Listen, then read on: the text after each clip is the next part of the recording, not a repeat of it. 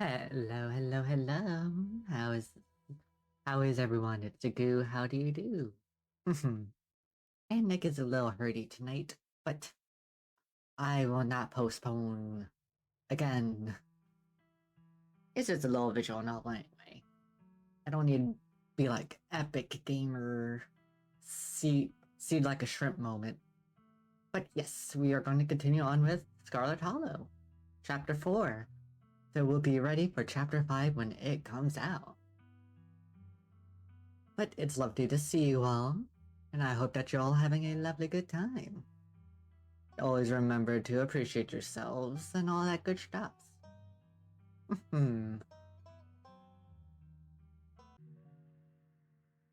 Episode 4 awaits. If you'd like to save before continuing, please do so. But I already did. Would you like to recap before starting episode 4? We don't need a recap, it's fine.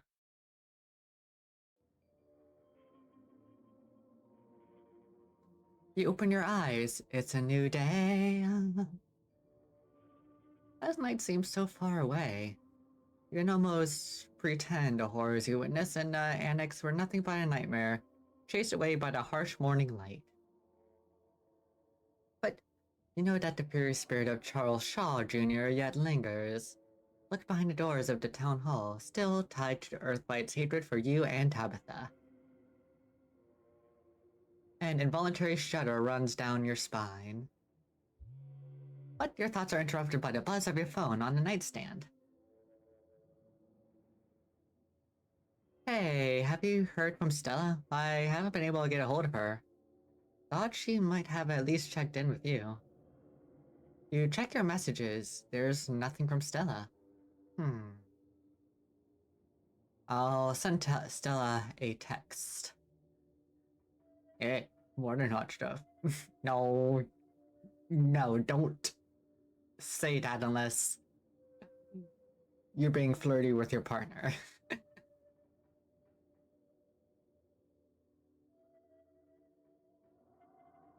Kanika and I are pretty worried about you. Please respond. You wait for a few silent minutes. Your message sits undelivered. Well, I haven't heard from her either. Oh, I accidentally clicked.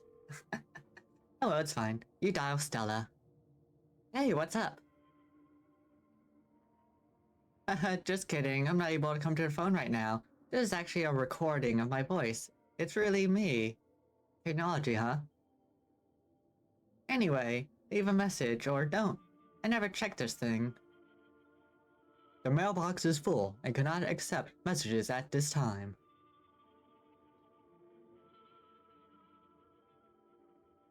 Haven't heard from her either. That's not good. I know we haven't exactly gotten along, but we should meet up in town and look for her together. Looks like you have your morning plans in order. Let's check the closet. You make your way to the closet. There's no denying it, the doll moved at some point since your most recent visit. But your long-dead relative's creepy doll isn't the only thing that's different. Someone was in here. Keen eye. And judging by the residue that was left behind, you're pretty sure you know the culprit. That means he was in your room. But was he there while you were out the previous day? Or did he enter while you slept unaware just a few feet away? Something to mull over for the rest of the day. Let's say hi to Dustin. You open the drawers. They both have bread now. Speck! Maybe changed mind about eating us. Could be the end of Dustin and Dustin Mom.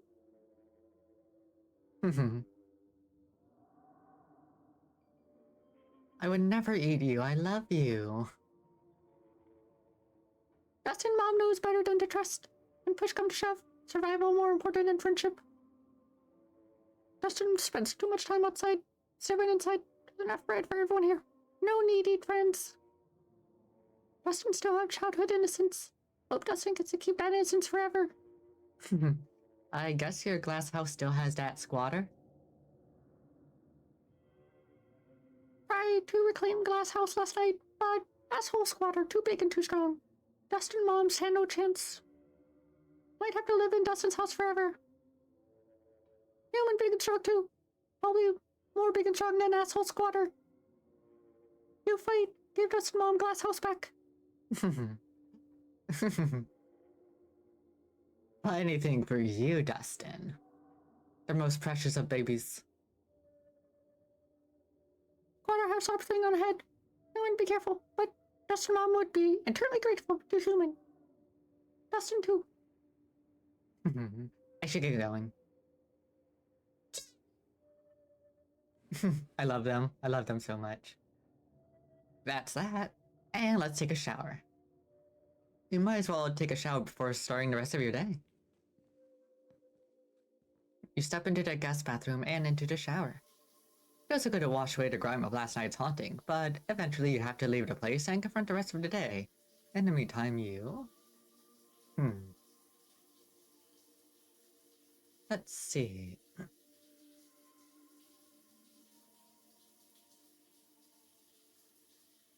Let's see... So many memories.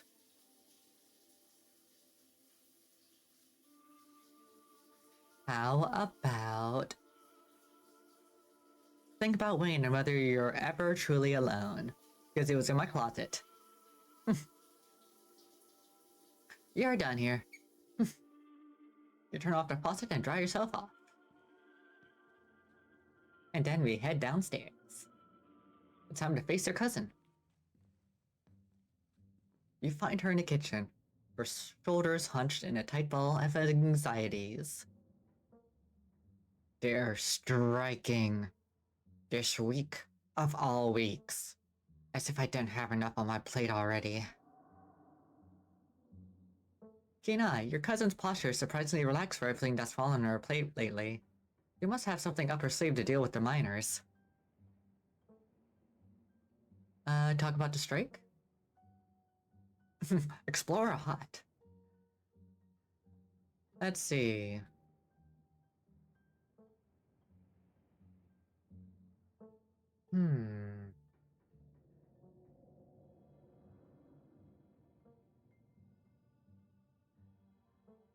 How about... Do you want me to help smooth things over? I'm pretty good at negotiating. People always help me out with stuff like this if I ask nicely. Wait, do you think that's because you're good at negotiating? Has nobody told you that it's because you're... never mind. Look, I appreciate the offer, but I'm not sure that's the sort of thing you'd be able to pull off. Even if they didn't already know you're my cousin, your getting involved would be a great way to throw gasoline on fire. This is my problem to fix. Your only job is to stay safe until a funeral's over. How are you feeling about the strike? You can be honest with me. Conflicted. I'm not very threatened by the whole thing, if that's what you're asking, but I didn't want to have it come to this. I don't think many people will take pleasure in breaking strikes. Perlane would have, but that's not me.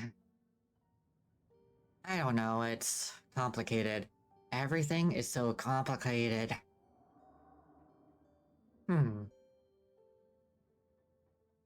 Let's see. Do you know what the strikers even want? I haven't seen the list of demands. I'm sure it's just the usual. I promise you that any of them were in my shoes for a month, they'd be singing a different tune.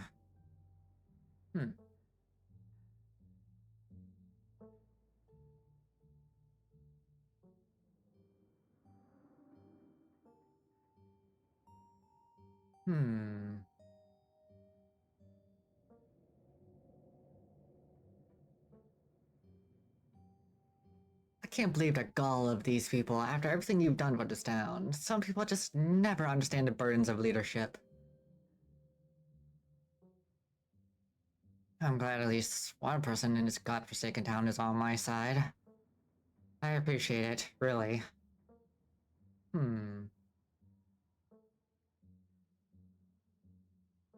Let's return.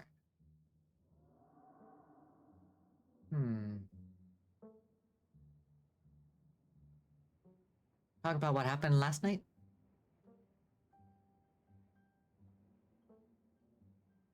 I'm glad we left Charlie down there. Yeah, me too. I don't care if Grandma Eddie killed him. The past is the past, and neither of us had anything to do with it. We can always build a new town hall. We can never get back lost years. So ghosts are real. I still can't get over that. I can. What does that actually change about anything? I still have a mine to run, and you still have a funeral to attend. I can't get a hold of Stella. Do you think she's alright? I'm sure she's just processing what happened last night. We weren't the only ones who were traumatized. You probably should get going, right? Yeah. I've dawdled long enough. Stay safe. No more hijinks. But let me know if you get in trouble, okay? Tabitha slips past you, her heavy boots thudding down the hall as she marches away to face her employees. Time to figure out the rest of your day. Let's talk to Fro. You walk over to the cat. Oh, she's so... Great say cute to folks mandant.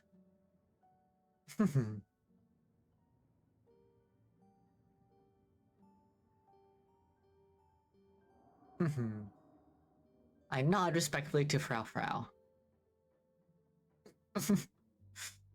She scoffs, her tail twitching with annoyance, but you can sense she's less annoyed than she usually is. Maybe she's getting used to you.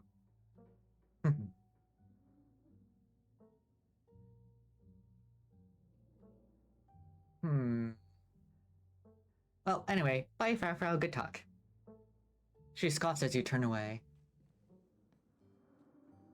We have to make Frau want us to talk to her. Hehe. Now let's see, how about fill up with a quick PB&J? Make yourself a PB&J in anticipation of a long day ahead of you. And that's it. And let's go investigate the garden. Whatever kicked out Dustin's mom is in the garden right now. You better look into it before you head into town. The air is chilly today. The overcast sky hanging oppressively over the weed-choked flower beds. Investigate the greenhouse. You start carefully picking up your way through the underbrush. It doesn't take much effort to find a path. Cuttings of prickly raspberry bushes and tangled vines litter the ground around the greenhouse. Talk to animals. The glass house, one could say. You step towards a door. It's sealed shut by a lock and you catch a brief glimpse of a horned shadow through the ancient clouded glass. Keen eye. It was a goat. So this is Dustin's mom's squatter. How about keen eye and talk to animals? Talk to the goat. Good, our first combo skill. Let's see. What are you doing in the greenhouse? Humans bought me here. Can't complain. Bloody sweet digs, honestly. Stays nice and warm, and there's plenty of eats too. Did that human have a brown coat and big boots? Coat like what, fur? Nah, not brown fur, yellow fur. Just on the top, like all you humans. Don't know what boots are. Can't help you there.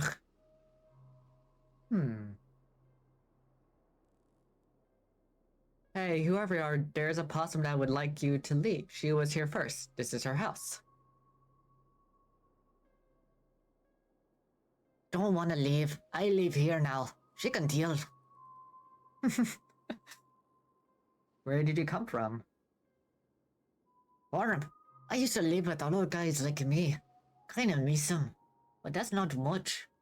Don't gotta share it anymore. Examine the lock? You examine the lock. It looks sturdy. You need some tools if you're going to get this open.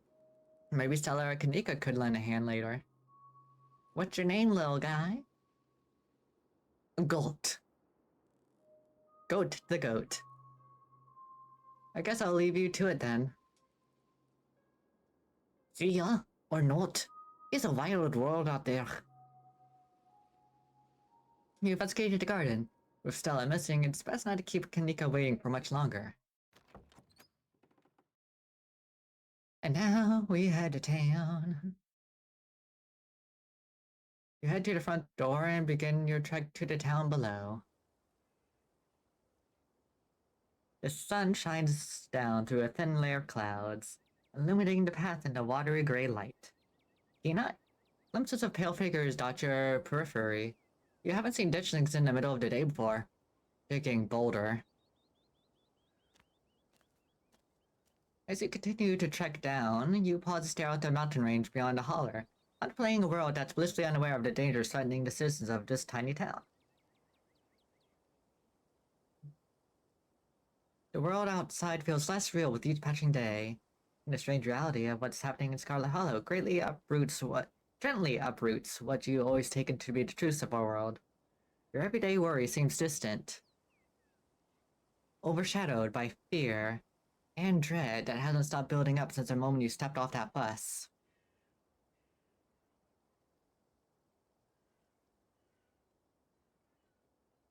It isn't long until your journey from the estate is over, and you once again find yourself on the main street of Scarlet Hallow. Hey, you made it. I still haven't heard from Stella, and I've already seen a bunch of those ditching things going around in broad daylight. I know my mom said they're harmless, but we should start looking for her. They're totally harmless. Just have a very sharp protruding spike that comes out of their mouth and inject things.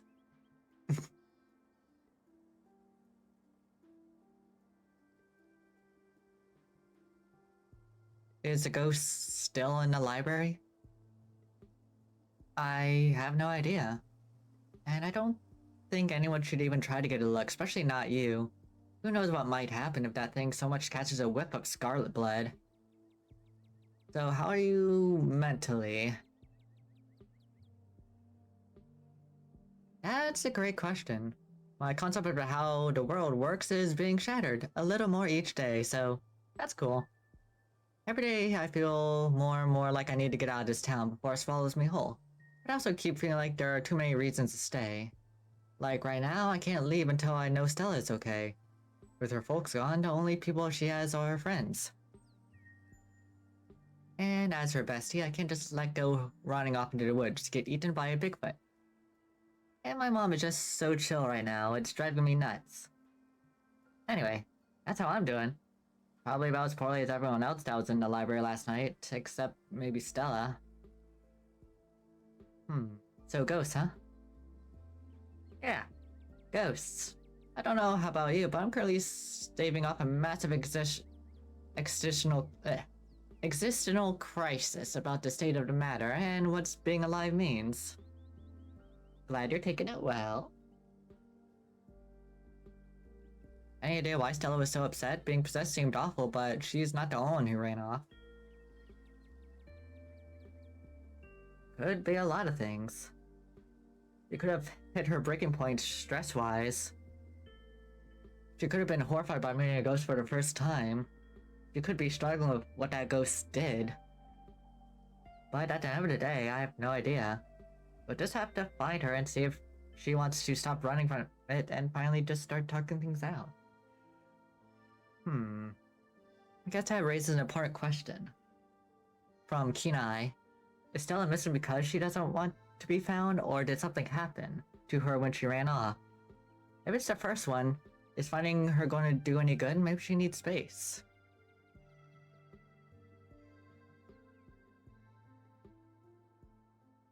Maybe she needs space, but things have been getting dangerous around here. I'd rather not take that coin flip. That's also fair.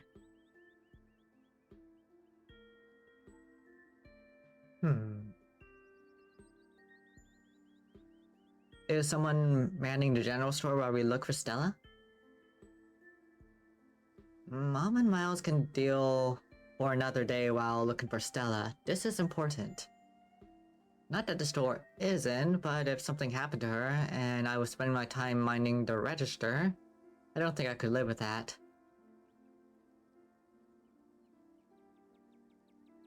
I was kind of surprised you reached out to me after all the issues between you and Tabitha. I care more about finding Stella than I do about the ongoing feud between me and your cousin. And I'm not gonna go out there alone, because the last thing I want to go is missing while looking for someone who went missing. We do everything in groups from now on. I guess we should get started.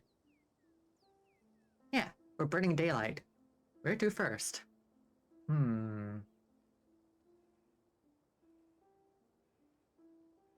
How about the diner? Let's check out the diner. Good idea, folks tend to congregate there. Maybe we'll run into someone who's seen Stella. It feels like you walked into a private meeting. The back booth is full of miners and they're having what seems to be an intense discussion, their expression gravely serious. Hey, it's Garelina and Kanika. Long time no see. Hope the town has been treating you well. Are we interrupting something? Of course not. Everyone's welcome here. Just, be careful not to step on any toes. Things have gotten a little tense over the past couple days. The miners are back who are too engaged in conversation to notice you enter. Instead of speaking in hushed voices, they argue with each other loudly enough for you to easily overhear. Sure, the shift schedules are tough, and sure, we don't get enough time off from work to see my family as often as I like, but this is the best job I can get right now. Listen, kid, you're only a year or so into this gig. Trust me, the longer it goes on, the more it sucks the life out of you. At first, you're just unhappy. You think you can weather it till you find something better. A paycheck's a paycheck, I get it. But the next thing you know, you've lost years of your life to a company that doesn't give a solitary shit about you. They use up every free second they can suck out of its workers and pay us just enough to survive. But not so much that we can ever save enough to get the hell out. Zax, we could get fired for this. I really need the paycheck. My sister needs the paycheck. I'm the only reason she can afford her tuition right now. I can't get fired. And this job still has its perks? Like the company housing, I can't afford my own place and send money back home. I don't know where I would live if I didn't have this job. Right, the company housing. How generous of the big boss to put you up in a company-owned shack that ain't had proper maintenance done in decades. You know she used that housing as an excuse to pay us less. And the company housing, that means almost nobody in this whole damn town owns a place they live.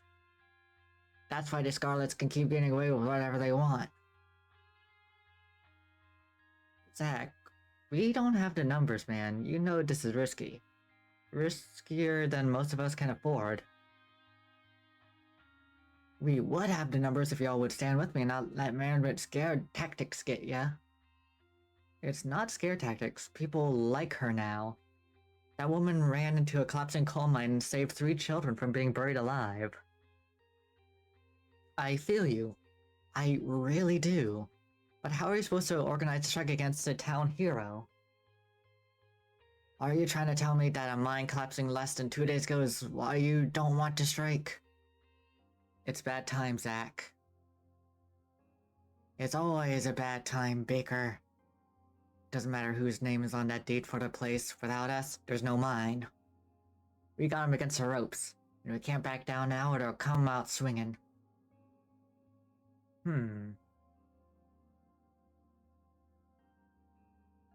Any of you seen Stella? She's missing. The miners turn towards the doorway, all eyes glaring at you in unison. The YouTuber? We ain't seen her. Harrison's voice drops to a barely audible mumble. I hope she's okay. She hasn't been around, but I'll let you know if I hear anything. Weighing on Baker and Harrison's situation. Don't pressure people, Zach. If they don't want to strike, they don't have to. Saving the family business. Nice.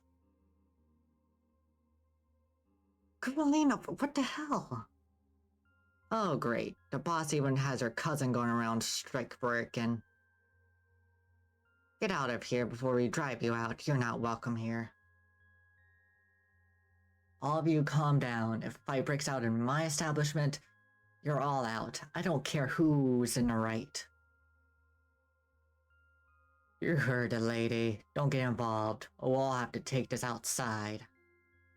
I just want the record to show that just because I'm currently staying next to Tabitha's cousin does not mean I'm a friend with Tabitha's cousin.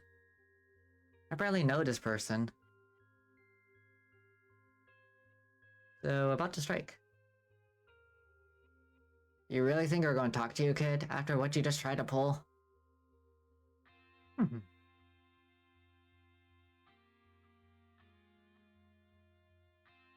Let's see.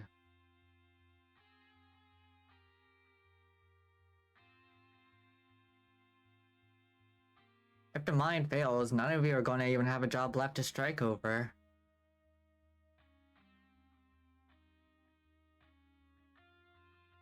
So, what, everyone in the town should just let Tabitha blackmail them? The mines can't be doing so poorly that the Union is going to completely shadow them.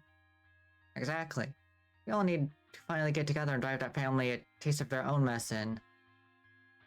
And this ain't just about to collapse. The scholars have been abusing this town for years. Yep, let's go. You turn and leave the diner, Kanika trailing close behind you. Still no signs of Stella. How about we check out the church? The church? What, do you think Stella decided to get religious all of a sudden? The pastor can also talk to animals. I must speak with him. Right, you mentioned that yesterday. Okay, we can go to the church, but please don't wind up befriending him just because he shares your weird animal thing. Bad enough you keep bringing Tabitha around with you. I don't want to have to deal with two intensely unlikable people on a regular basis. Kanika really hates me. Kanika leads the way, taking up the gradual slope towards the church. Alright, where's that weirdo? Mama, 3 visitors at once? On a Thursday? This is unprecedented. But there's only 2 of us. Oh no, were we followed by a ditchling? Were we followed by Wayne? Sup, old people? Oh, just saying. What are you doing here? All the glimpses of death I had in the past 2 days have forced me into the midst of an existential crisis, my dudes. I just wanted to see if Faith held any answers for me. Alas, I've not yet found the solace I seek. Give it time, Zane. It sometimes takes a while for the Lord to work his way into your heart. But when he does, you won't regret letting him in. Be sure to look over those pamphlets I gave you. And of course, I'm always here if you need to talk. Sure thing, Pastor. Pastor D. Peace, y'all. Anyway, we are looking for Stella. She wandered off last night and no one has seen her since. We're starting to get pretty worried. We hope you, or maybe Janie had seen her? I can't speak for Janie, but I'm afraid I've seen neither hide nor hair of Stella. If you'd like to talk to my wife, she's just over by the alpacas. Though, Girlina, I was hoping we might be able to talk in private. Sure, what's up? I guess I'll leave you to it while I check in with Janie? Kanika heads off towards Janie and alpacas, leaving alone with the nervous pastor. Yay! I hope your D&D session is going well, Vorpal. It's always good to see a friend. And enjoy the lurky lurks. I'm so glad you came. I never met anyone else who could hear them. You have no idea how long I thought I must have had some kind of insanity. I even thought at one point I must have been the Lord himself, talking to me through them. But they never had anything very insightful to say, so I was disavowed of that pretty early on.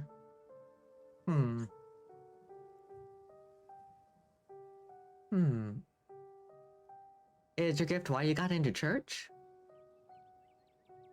It's hard to say.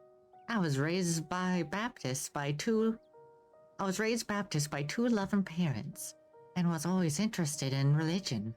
But I've always known about my talent, so I don't know what came first. If anything, though, I'd say I'm religious in spite of the gift. It hasn't exactly been easy to square this with a lot of the religious educations I've had. For instance, a lot of religious leaders will tell you that only humans have souls, while you and I both know that's not true. Though I suppose that goes into a whole different conversation about what exactly a soul is. But those are conversations that I'm glad to leave to the scholars. I'm just a simple small-town pastor. I don't need to ask big questions anymore. I just have to help people through their daily lives. Have you met Frau, Gretchen, Pixel? Of course I have, but I learned early on in life not to let on that I have this gift, at least while all the humans are around, though I haven't spoken with any of them. Though I get the feeling Frau wouldn't talk to me even if she knew I could understand her. I try to befriend alpacas when no one else is around. Emphasis on tried. They're surprisingly cliquey. Besides that, I try to maintain a low profile, only chatting with the wildlife when I'm sure no one is looking.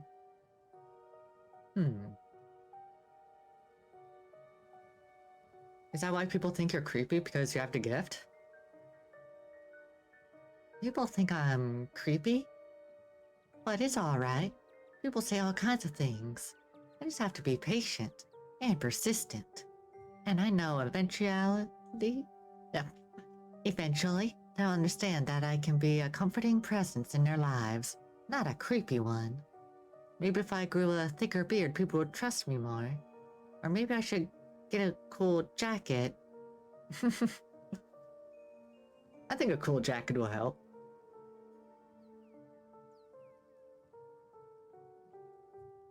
I can't express how much of a relief it is to finally meet someone like me. Likewise, though it may be more than just the two of us now. I have my suspicion that Tulip might have inherited the gift. There have been some particularly nasty rats in the church lately, and she said some things that have led me to believe that she might be able to understand them. He is interrupted by the sound of a snapping twig and a high-pitched giggle, partially muffled by the underbrush of the edge at the property. Tulip, come out of there. You know you're not supposed to play in the woods. Tulip glances back into the woods, quiet as she hesitates. Tulip, are you gonna be good? Or are we gonna have to skip story time tonight? I'll be good. You don't have to skip story time. I won't go into the woods, I promise. I know you won't, Tulip, because you know it's too dangerous for little girls in there. Why don't you go help Mama with the alpacas? It's just about time they got fed. You can give them hay. Tulip smiles broadly, seemingly excited by their prospect, and hurries off. Sorry I had to have a firm parenting moment just then.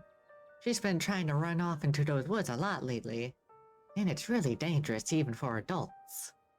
There is this massive trash dump not too far past the trees, but it must be at least 50 years old. So it's all grown over and looks like part of the landscape. But if you accidentally walk on it, you might find yourself falling to a hip-deep mound of rusted cans of broken glass. How big a trash dump are we talking? Would a weekend of hard work clear it out? Maybe if you had construction equipment and a team of professionals. It's a big area, and I have no idea how deep it goes. In the meantime, I'm just making sure Tulip knows not to go near it. What were you saying about the church rats? Yes, the rats. So you and I are used to the sort of chatter we hear from wildlife. It's usually nothing that needs to be paid attention to. But those rats, there's something so sinister about them. And they must be huge, judging by the sound of them scurrying around in there. Tulip had never shown evidence of the ability before. He never responded to the alpacas or engaged in conversation with birds. In retrospect, she could have been hiding it, the way I did growing up. But because I know she's been talking to the rats, she calls them her friends. Has been drawing all these pictures of them. Really ghastly things. I've tried to bring it up with her, but she just gets this little smile and doesn't say a word. Like it's our fun little secret. It's all innocent though in the grand scheme of things, but I'm pretty sure they also live out in that trash heap. Ever since she started talking about her friends, she's been trying to sneak out there. I'm concerned she's gonna get hurt, or catch some kind of disease. What have they been saying?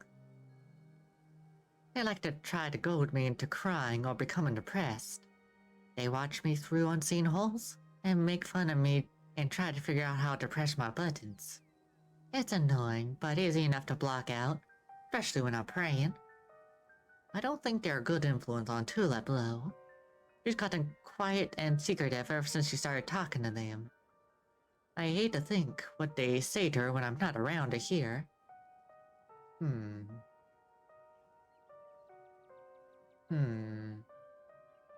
Has Janie heard him? She's not in the church very often. She's usually in town during her jobs until late. And we spend our evenings in the house. Just me and Tulip all day long. Janie knows Tulip has made some strange little friends, but I think it's an imagination game. I was hoping I'd sort out the rat issue before she could get suspicious, but they're persistent, so I may have to hire an exterminator if I can get the money for one. I hope it doesn't come to that. Have you actually seen them? No, but I don't need to. I lived in a dorm that had rats once. You never see them, but it sure has all the signs of an infestation. And there's no mistaking the sound of little creatures stampeding through the walls. I left out some humane rat traps, but they're too smart for him. All it's done is waste peanut butter. And I caught a possum in one. Poor thing. Possums are never very bright, but at least he got a nice big scoop of peanut butter out of the ordeal. Are you sure they're rats? Think so. Pastor shifts uncomfortably for a moment. I hope so.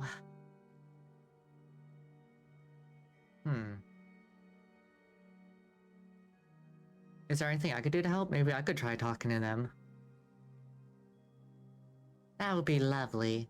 I certainly appreciate a helping hand here. I don't want to be much of a bother, and you should probably finish looking for your missing friend first. But I'll be around. Out of the corner of your eye, you see Kanika walking back to the two of you. You must have finished talking to Janie. Janie says she hasn't seen Stella either, so we better get going.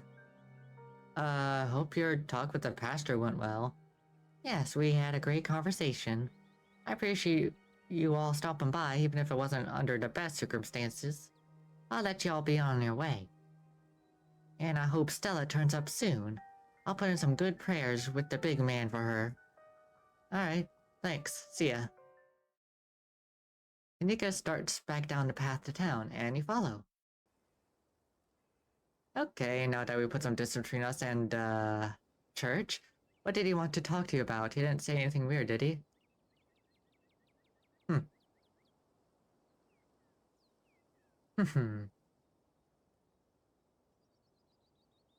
Tulip's apparently made some weird imaginary friends. We might want to check it out later this week.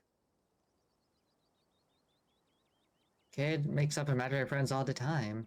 Pastor Daniel says there's a rat infestation at the church, and the rats are her friends. I don't know. It seemed weird. Okay, as much as I hate going back there, I guess that's a loose lead if we don't have anything else to investigate once we found Stella, and... Kanika pauses. Once we've checked out the clinic, then maybe we can look around the church. Let's not get too distracted until we find Stella, though. Where to next?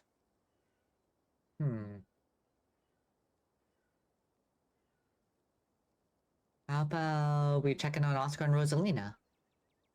They're at the Maxwell place, right? Yeah, the place your oh-so-generous cousin decided was suitable for habitation. Sorry, I know she's her family and everything, but with what Oscar and Rosalina have been through this week, I just couldn't believe she even suggested something like that. The risk of infection has got to be through the roof. Let's hope we can find somewhere else for them to stay soon. You don't get far before the sound of growling and desperate hisses grab your attention. Get away from me. I'm supposed to be an indoor cat. I'm not supposed to see things like you. You don't even talk, you freak.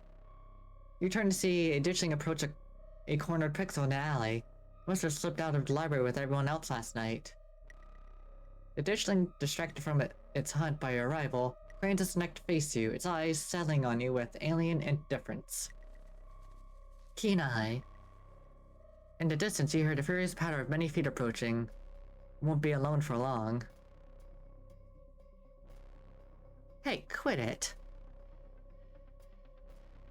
The words feel meek as they leave your mouth, and the ditchling, unaffected, turns back to its cornered prey. I'm grabbing Pixel. Or you can react, small pack of dogs round the corner.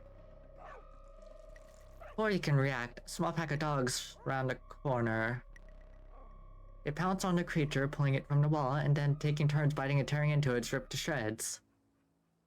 Their task complete, they saunter towards you. What the...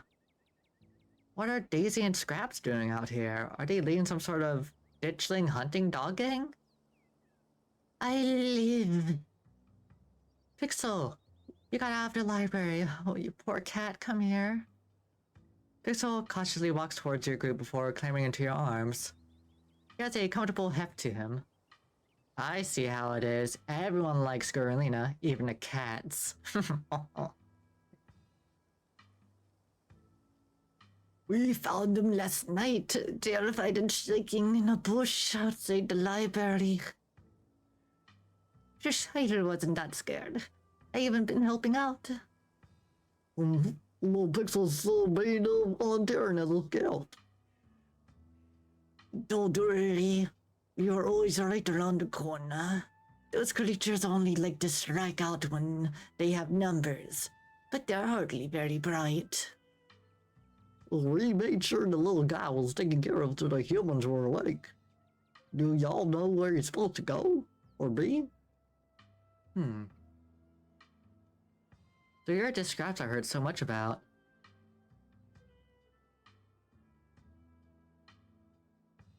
The one and only. This here is Daisy. And we've got a few other concerned locals with us as well. Just making sure the cats and dogs of the hall are all cared for, considering recent events. There are more of those things in the woods every day, popping out of the innocent bodies of what used to be dogs like us. He's done us a fine service, but you best make sure to keep Pixel inside from here on out. I've got a feeling things are only going to get worse from here. I'd like to see you try. I was an indoor cat, but now that I got taste of the outdoors, I'll never be satisfied by the indoor life. But maybe I can wait until all those monsters are gone.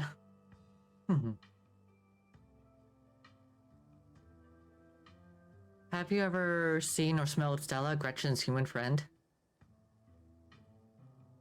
Oh dear, poor Gretchen. We heard about what happened to her. To think those awful creatures could get a dog whose human cared about her so much. It just goes to show that we've got to look out for ourselves if we're going to survive. If the humans can't save us, we'll have to save ourselves. To answer your question, we did catch a whiff near the library and one near a house. Haven't picked up anything around town since then. Let's hope those creatures haven't already gotten to her.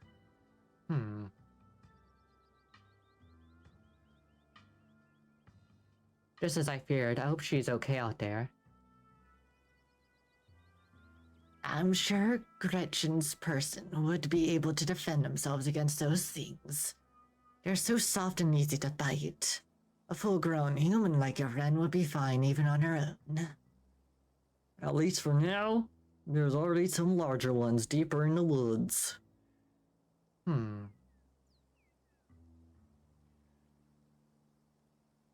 We'll make sure he gets back to his family. We appreciate it, human. Word's been going around town that there's ones among you who could properly understand us. It'll be good to have you on our side during these strange times. Odd things are going on around here. It's important for us living things to watch out for each other. So, y'all some kind of dog minister or something? Yeah, I suppose you could play that. I'm sure you met the town's illustrious leader by now. When the power that abandons you, it's up for the rest of us to band together and protect those who needs protection. Is there anything we humans can do about the ditchlings? They ain't that hard to kill. When there's a whole lot of us, they die easily enough. So long as you don't get caught unaware. That's why we're gathering all the local dogs. A big pack is a safe pack. Jimmy may not be doing anything to help, but that doesn't mean we can't make matters into our own hands. Now, Daisy, we don't need to start worrying about the mayor. He has his own priorities. So long as he doesn't get in our way, we don't need to go starting trouble.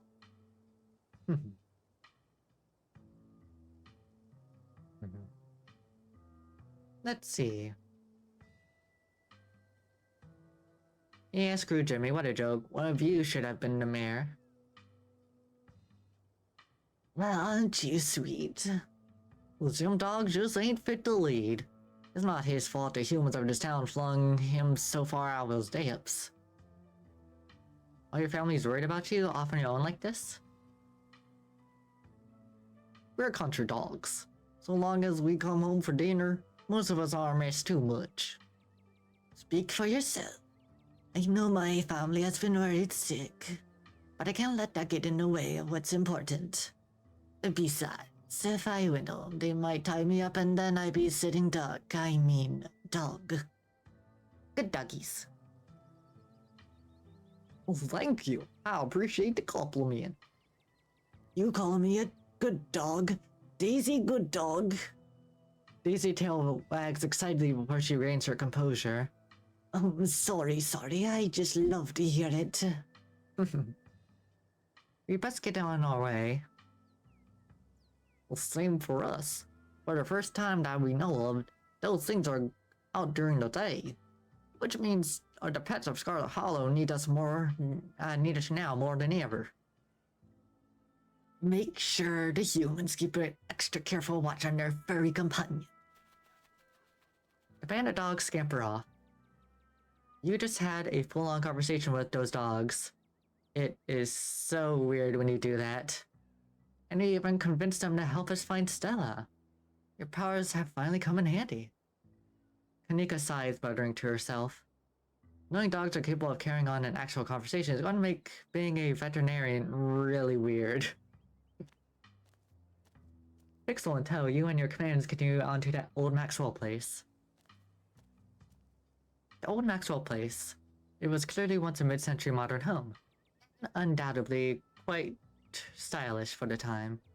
It's been abandoned for unknown decades, and moss and vines choke its exterior, barely concealing cracked walls and dust-clouded glass. And hi, Kite. Hello, hello. Neck's a little achy, but I'm doing okay. What about Kite?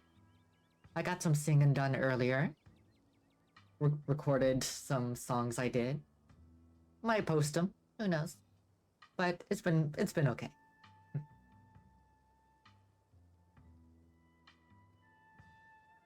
Right now we're doing Scarlet Hallow, Chapter 4. Hey, where the heck are you taking me? This ain't my house.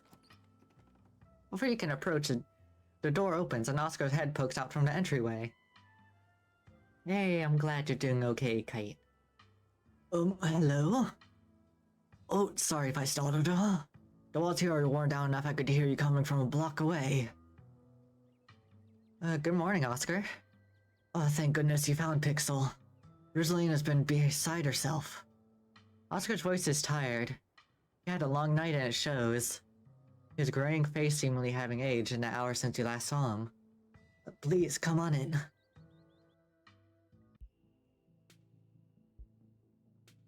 You're doing really great, Rosalina. Not a lot of kids your age can take shots that well. You're being so brave. You don't have to talk to me like I'm 5. But you are brave.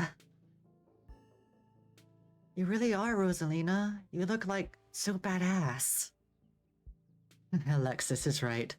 This is more than most people have to deal with in their whole lives. And here you are, taking it like a champ. Before Dr. Kelly can continue, Pixel jumps from your arms, bounding across the room and leaping into Rosalina's chest. Pixel, I've been so worried about you. I told you you'll turn up. Dr. Kelly's almost gentle bedside manner vanishes as she turns and glares at you. I see we have visitors. Let's see.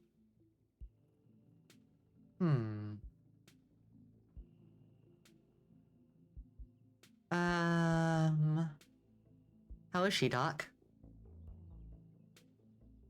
She can tell us herself. What do you say, Rosalina? How are ya? Tired. My leg hurts a lot. But medicine is helping. It's not so bad now. And what are you not gonna do today? Walk around? Sorry, Dr. Kelly. I should have been better at stopping her. I take full responsibility as her father. I should have. No need for anyone to step in to take the blame for anything. It's the hospital's fault for sending her home at all. It's gross negligence if you ask me. But give it time, then you can do all the running around you want, alright, Rosalina? You just have to make sure you give that leg of yours a chance to heal up a bit first. You don't want to pop any stitches.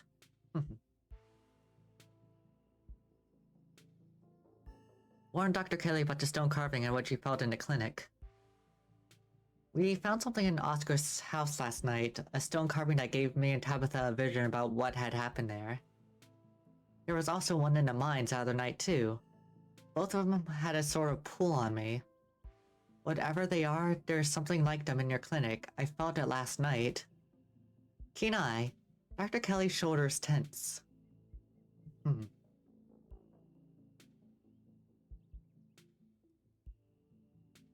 Something awful is going to happen at the clinic, just like something awful happened at Oscar's house and at the mines. Forgive me if I don't take your funny little feelings very seriously, but the clinic is safe. I understand there have been some strange events around town, but Reese and I have lived in the clinic for a long time, and we've never encountered anything. She glances at Oscar. Ghostly. There's no need to concern yourselves with our safety. But if something does happen at the clinic, aren't you worried about Reese? If it's anything like what happened to us last night, he'll be fine.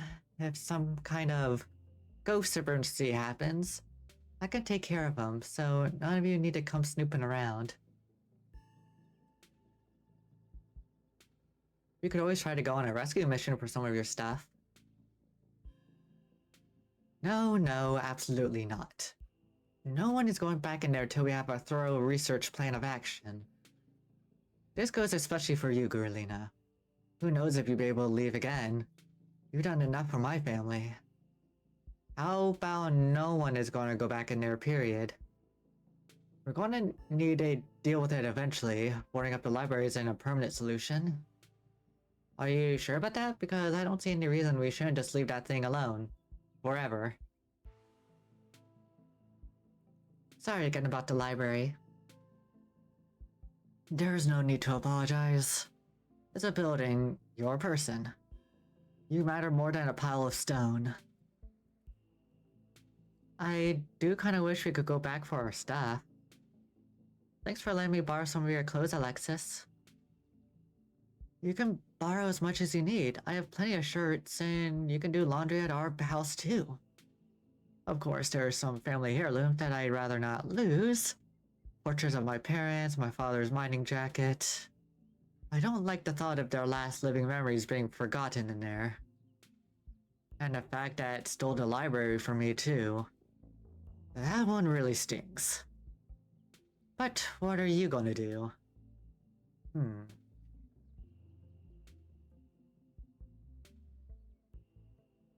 Let's see, how's Reese? He's fine, he had a rough night, but he'll recover. He's used to this sort of thing. Just needs a couple days to get back on his feet. That means no more excitement, not even a movie. I'm sorry to hear that, Dr. Kelly.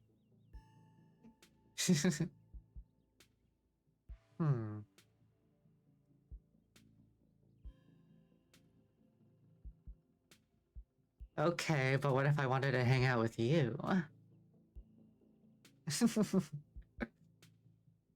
Dr. Kelly stares at you in confused silence for a few seconds. I'm busy.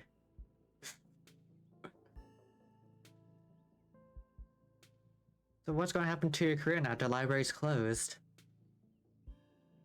That's a good question. I was up all night wondering the same thing.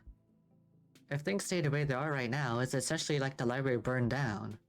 Books are inaccessible, the building is unsalvageable. In that scenario, the country would have to put up the money to build a new archive, or we have to move someplace where I can work in the existing library, and Scarlet Hallow would lose a valuable public service. Oscar. Move? So you and Rosalina would leave? But we're not doing that, right, Dad? We're staying here? I'm going to do everything I can to keep us here.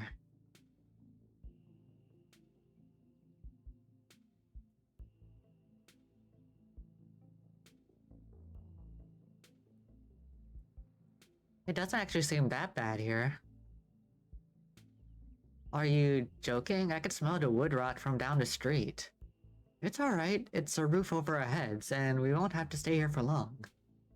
I'm gonna get the library back and our house with it. I'd best be on my way. Goodbye, Rosalina. Make sure you stay put and keep Pixel company, okay? I will. Bye, Dr. Kelly. Thanks again for doing this. I can't express how much... It's nothing. I'll call later today to see how she's doing. Good luck to the both of you. Dr. Kelly briskly pushes past you and leaves.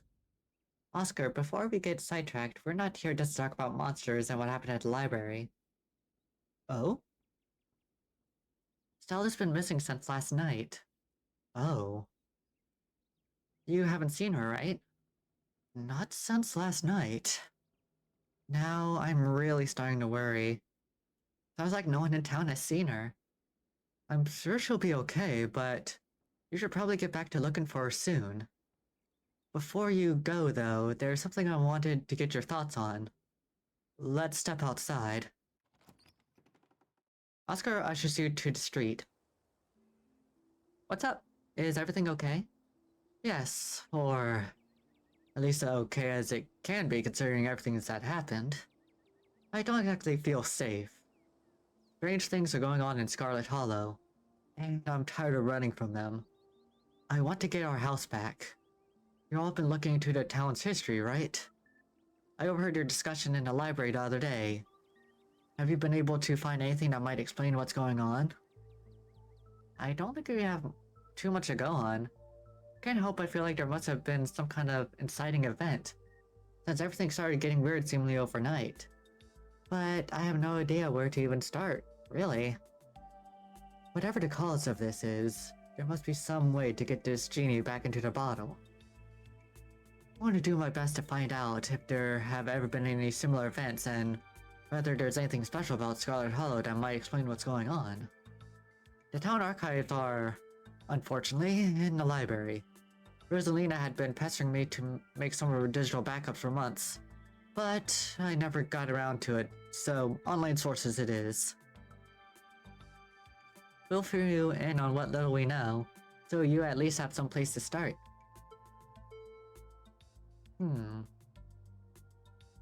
Make sure Pixel stays inside or he might get grabbed by ditchlings.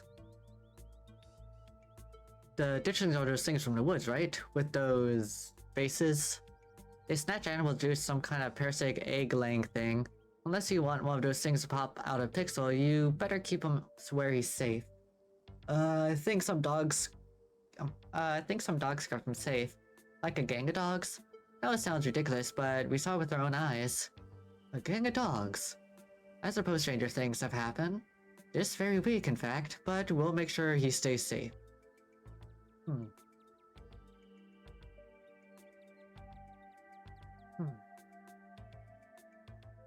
I think there was something in the clinic. There was this door yesterday and I could feel something pulling me towards it. You didn't mention anything like that yesterday. Or you didn't mention anything like that yesterday.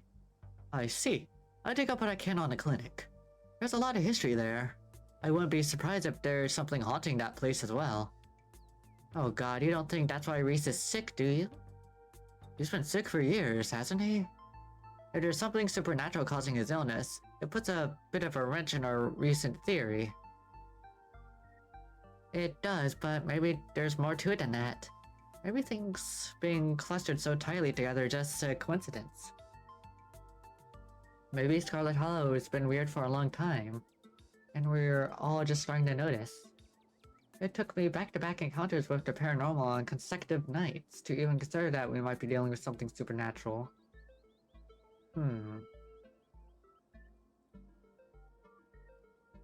Let's see. We should investigate the clinic. You're not wrong, but at the same time, I don't want to be the one who sneaks into Dr. Kelly's clinic and get caught. She's mean enough as it is. I don't want to know what she'd be like if she caught us breaking into her place of business. No one should be breaking into any houses. We don't need to go looking for trouble when we've already found a lifetime's worth.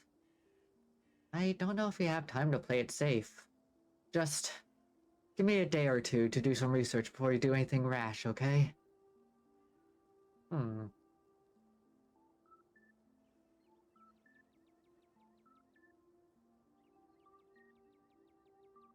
How about we're burning daylight? Let's head out. Let's do it. Let us know what you find. I will. We're going to get the library back and we're going to figure out how to fix whatever's wrong with this town. So, that's Oscar. Any other ideas?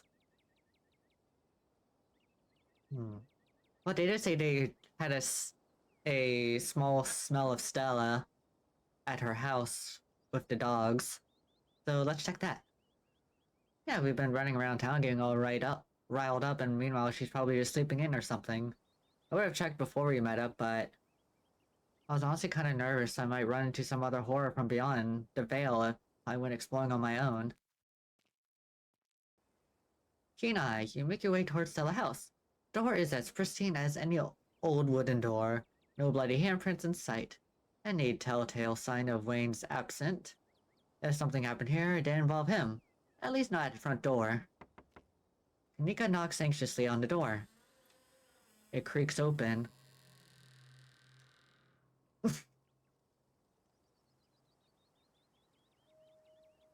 I'm not from around here. Is it normal for people to leave their doors open? Unlocked? Yes. Hanging open? No way. This isn't normal. We should go in, right? Hmm. How about we get the cops? I want to see what that choice. You met Scarlet Hallow Finance. You still want to leave this up to them? That's not selling us door situation. We can talk to the cops after we've seen what's inside. I try not to involve Scarlet Hollow's finest unless it's absolutely necessary. I wouldn't trust them to detect their way out of a paper bag.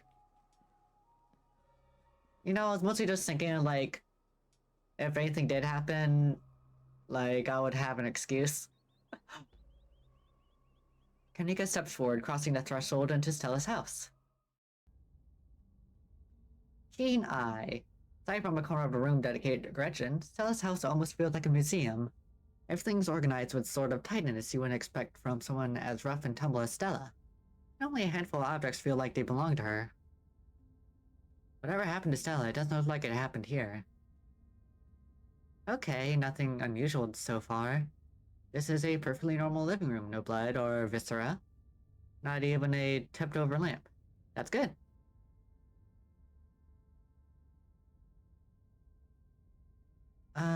Investigate Stella's room. You make your way down the hall to what you assume to be Stella's room. She's not here. Though it's a little untidy, it's the usual sort of untidiness that accumulates when someone doesn't often have guests in their bedroom. There also aren't any signs of violence. Hinai. No streaks of blood, and puss that might belong to a certain phantom miner. He hasn't been here. Hinai. You do notice, though, that her jacket is nowhere in sight. It isn't in her closet, and it wasn't on the coat rack in the other room. Stella's jacket is gone. The Letterman one, it was on the rack in the other room. Not in here, and she didn't have it yesterday. Okay, so odds are she came home last night. Still, that just leaves us with more questions. If she came home last night, why isn't she here now? Why haven't we been able to reach her?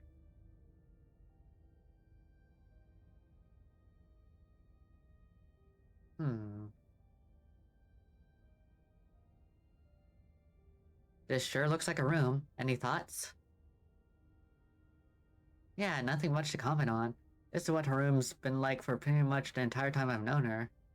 Only thing that's changed is the computer getting a lot fancier. Oh, she still does those cork boards with string things. She loves putting the strings on there. I don't think they actually mean anything, but they're more for decoration anyway. Let's investigate the kitchen. So this kitchen is slightly messy. A couple of cabinets are hanging open, and a lot of bread sits on the counter by a used butter knife. Hinai. The crust of the bread has gone somewhat stale. That's about as much as you expect after being left out overnight. Whoever left it here left many hours ago. It's a little messy, but it doesn't look like anything violent happened here. It's possible she came home, grabbed some food, and left in a hurry, right? Maybe she had a panic attack after being possessed. Stopped by home to make a snack before running off to cry somewhere. That might not sound rational, but it's absolutely in character for her. Honestly, it's a relief to think that might be all that happened. Panic attack is much more manageable than a rotten ghoul or parasitic doughboys. But this still doesn't tell us where she was going. Okay, I don't think we're going to find much else here. Let's move on.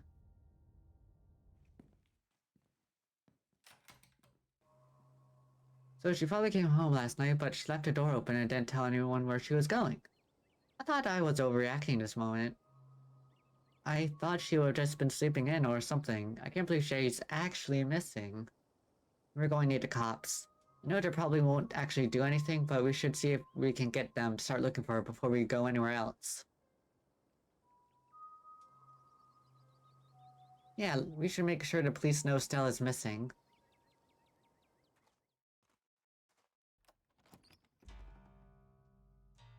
The police station is exactly what you expect from a town the size of Scarlet Hallow. It smells strongly of coffee and faintly of aged furniture and paper. And the general tidiness speaks of a department that doesn't get much anything done. But you're also not alone here. You enter to find Bo and Duke standing between you and the officers behind the desk. Now listen here, Rugby. Big Betty was set to win with a blue ribbon, so don't you go telling me she was just a pumpkin. We worked real hard to get her that big. Raised her up from a seat. It's just not fair, officer, sir. I understand now, but I don't see what y'all want us to do about it. I know y'all cared a lot about this pumpkin, but as it stands, this simply isn't a job for the police can help you with. Now, if you were able to find some kind of evidence that Julius or someone else stole this Big Betty of yours, then you could get a lawyer involved and take it to small claims court. Dang it, deputy. Ain't finding evidence what y'all supposed to be good for. That Julius has been stealing what's rightfully belonged to the Calloways for all his life. And you folks aren't done liquor policing to put an end to it. I told you we was better off handling this ourselves, Daddy. Are you talking about Big Betty? James the Calloway here have lots of considerably large pumpkin. We ain't lost crud, Earl. You can't lose what's been stolen. We already know who did it. We saw Julius eyeing her yesterday. Look, Bo, I feel you. I really do. But that's circumstantial at best, and even if it wasn't, you know yourself that there isn't a clear property line.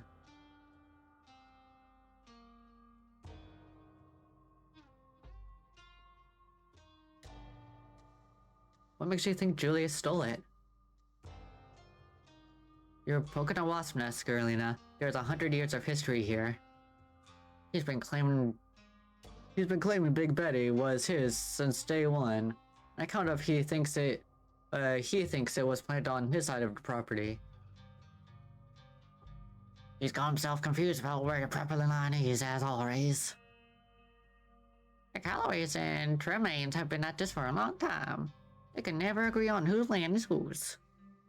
This ain't the first time we heard something like this, and we get our fair share of calls from Julius too. I'm sorry, did you say crud? Dang straight I did. I ain't about to cuss in front of the boy. Cussing in public ain't polite. Got a problem with that?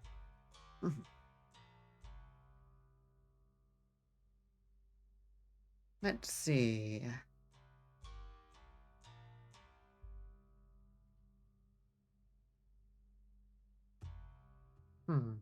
It doesn't take a genius to know that Duke's in the right here. Did Julius grow that pumpkin? Obviously.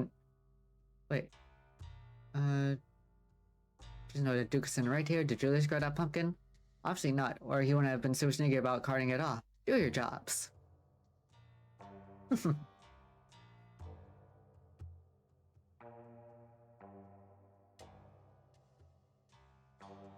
Darn straight. Don't encourage him. If the Tremaines and Calloways had their way, we'd have personally ransacked each of their farms. One of these days, y'all gonna have to pick a darn side. Don't my tax dollars pay your salary? Last I checked, Julius pays taxes too. Stella ran off last night and she's still missing. She isn't at home and none of us have heard from her. She's what now? Oh, that's just our Stella always raining off. I wouldn't worry too much about it. She'll turn up. This is different, Earl. You know I wouldn't be up here bothering if it wasn't that important.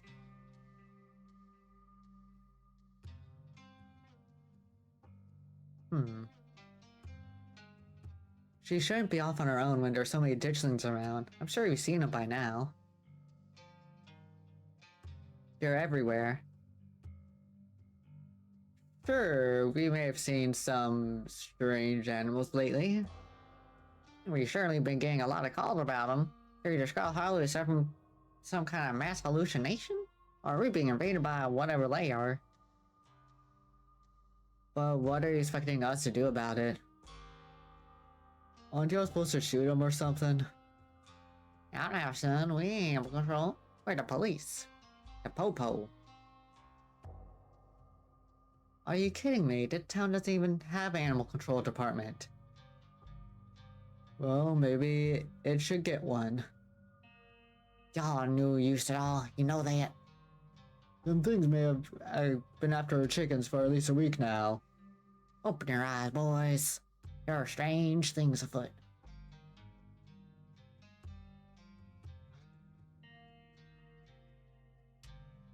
Hmm.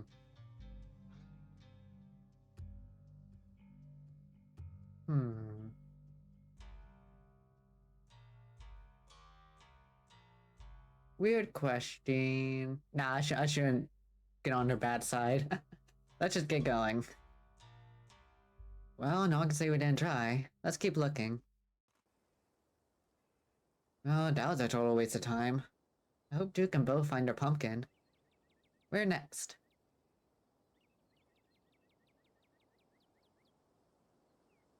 Oh, since there's a strike at the mines...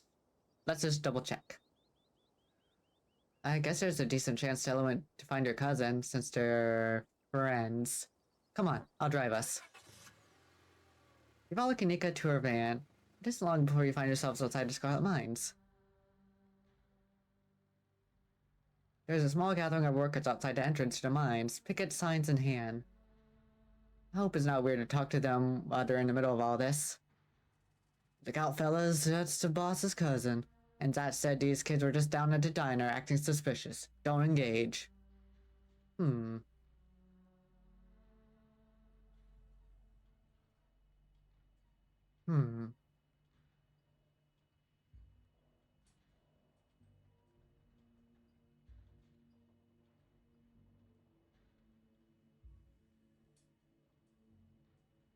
Have any of us seen Stella? She's missing.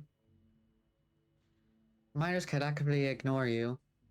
Look, I know y'all have your well-deserved bone picked with the Scarlets, but Stella didn't have anything to do with the strike. Have you seen her or not? The YouTuber? She's the one all the banned from property posters, right? We haven't seen her. And we've been out here all day, so we know if she'd come by. We make sure to keep an eye out. I need to talk to you, Tabitha. So you're saying you want to cross a picket line? Tina, you don't have to literally cross the picket line to get inside. There's always that hole Rosalina used to sneak in the other day.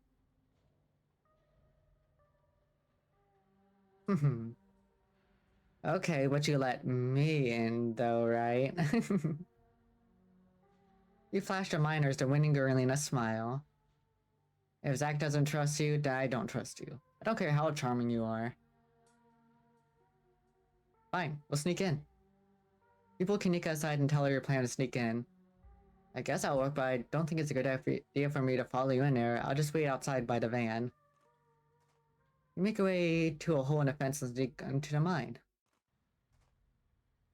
The industrial noises of Scarlet Mines are only a little quieter than they were 2 days ago. The trailer that serves as Tabitha's office looms above you on the hill. I knock. You walk up to Tabitha's trailer and knock on the door. You wait for a moment. No response. Knock again. Oh, for the love of... Door swings open. Hi. Oh, it's you. Should I go? Yeah, and try not to get yourself noticed.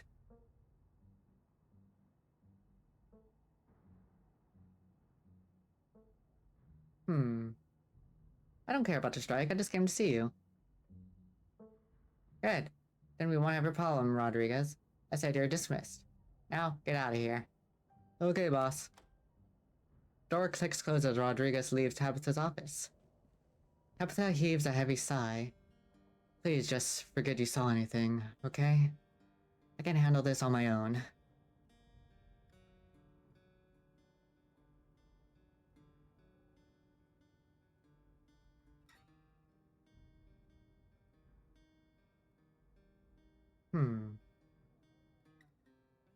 You know I can help you out here, right? I already helped pressure some miners not to join the strike at the diner. We're family.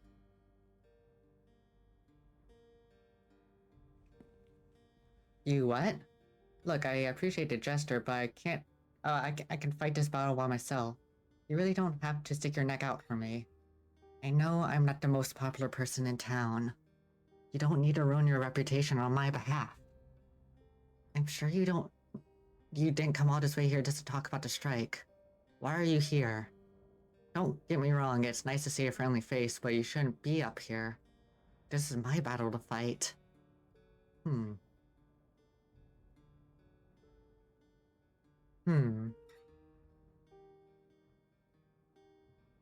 Stella's still missing. We've been looking all over town for her and don't have any leads. Kenai tapped their groans with anxiety. You don't think Wayne...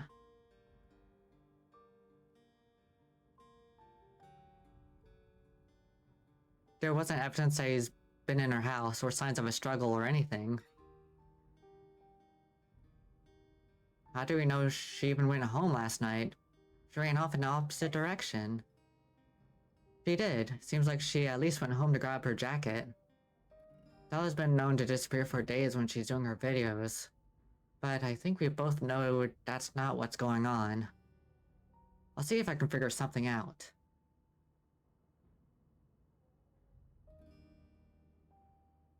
You have time to hang out later? I miss you. You... do? You're not joking? There's so much on my plate right now. But I'll see you tonight. Maybe we can have some ice cream or something. If you want to spend time together, I mean. She's sharing her ice cream. Her banana chocolate chunk ice cream. The phone buzzes. I'd better get back to work. Stay safe out there, Girlina. Call me if you run into more trouble, but please don't go looking for any today, okay? I don't need you going missing too. You leave the office, closing the door behind you. You find Kanika waiting for you outside. You don't look like you found any new leads. Feels like we've done our due diligence here. Come on, I'll drive us back to town. We can figure out our next move from there. So where to next? Before you could say anything, you're interrupted by Kanika's phone buzzing. Oh my god, my mom's calling me. What is she going to learn to text? Give me a second. Hey, what's up? No, still no sign of her. We're going to keep looking a while longer. I'm really feeling okay, I'm not... You're right. Now that you mentioned, I do feel kinda tired. I shouldn't push myself. I'll come home. She has a point. I'm not feeling well right now. Gotta get back to the general store. Maybe some tea could help. Kenai, aside from the briefly mentioning it, Kanika hasn't seemed that sick at all. At least not until right now. It's really crept up on me. I was doing fine until... Kanika started to sway, losing balance in her legs. I must have been running on adrenaline. She stumbles, bumping into before regaining her balance. Sorry, I think I just need some help getting home. I'll have some tea and maybe lie down, and then we can get back to look for Stella. Kanika leans on your shoulder for support, and you help walk her back to the general store. Thanks. And sorry, this is embarrassing. The bells of the general store chime welcomely as you help bring Kanika inside. Oh dear, Kanika, you poor thing. This is why you're supposed to stay in bed today. If you keep running around like this, it's gonna take you so much longer to recover. Of course you're gonna have some honey, Kite. Thank you so much for getting her home. I hope you're feeling better after last night's fiasco. Hi, Mom. Go on, get up to bed. I'll be in a minute with more tea. And Garelina, once she's all situated, I believe I owe you a chat. Hopefully we can start to get to the bottom of whatever's happening to the town. Wait, if you're talking about mystery-related stuff, I should be there. Sweetie.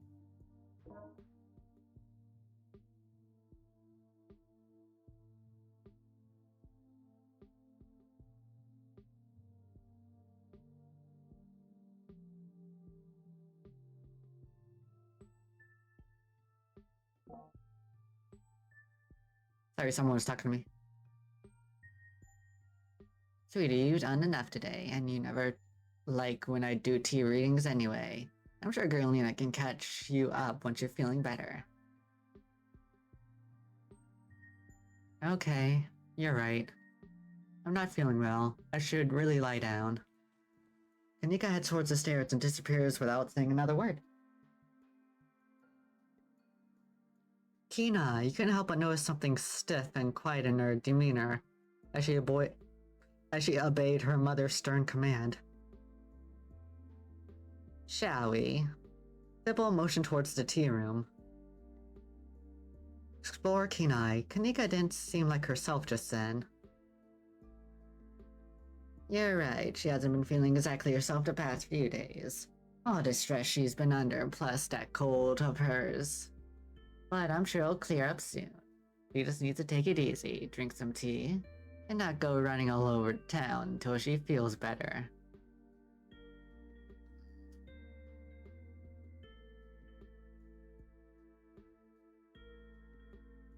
No way am I spending any time alone with you. I don't trust you. I'm sorry to hear that. I won't stop you if you'd rather leave, but I hope I can regain your trust somehow. You leave the general store and return to Main Street. As you breathe in the late afternoon air, you're hit by a sudden flash of memory.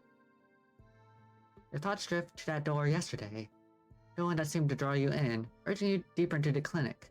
Even just remembering it is enough to tug at you, compelling you to return and open it to see what's on the other side. You didn't even notice yourself retracing your steps from yesterday, but here you are, that old building looming over you, begging to be explored. You can find Stella later. Maybe you can even find her here. What's important now is finally seeing what's hidden inside the clinic. Even at the bottom of the hill, you can already feel the presence. It's like a magnet has been fixed to your ribcage, gently tugging you forward, guiding you towards whatever emits this compulsive frequency. Talk to animals. Ask a willing creature how they get inside the house. You quickly glance around, eyes trained on the underbrush. A flash of a striped tail grabs your eye immediately. Oh, can I help you, Buster? Hey there, if you're trying to break into the house at the top of the hill, how would you do it? What? Just because with little hands and go through people trash? I'm supposed to know how to break into places. The hill that takes you right up to the big flat roof thing. Sometimes our humans leave windows open up there and go inside. Don't tell them, okay? I like to sleep in their big piles of cloth. It's one of my few joys in life. Don't take my joy away. He leaves as you turn back to look at the clinic. Hot, but you're not sure you even need to jump.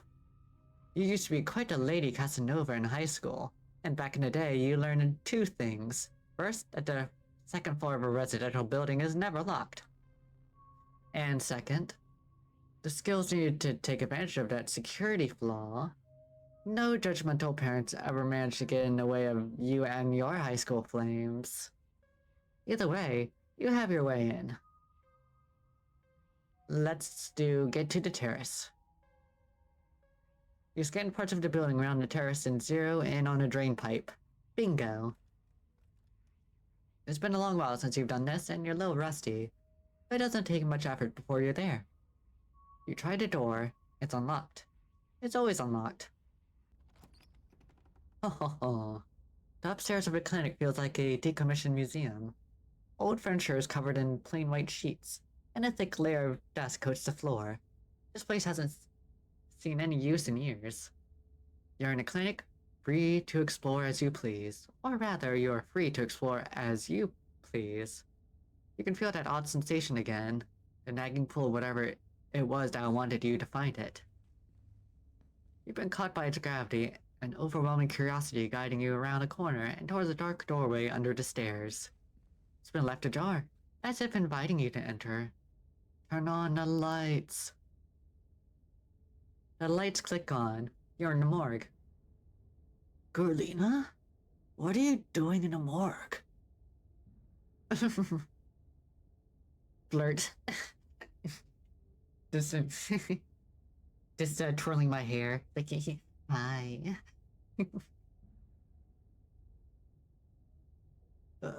Hey. Sorry, this must look kinda weird. I promise I'm not secretly dead or already or something. Sometimes I just come down here to practice, rehearse. I mean, if you are a living corpse, that wouldn't be a deal breaker.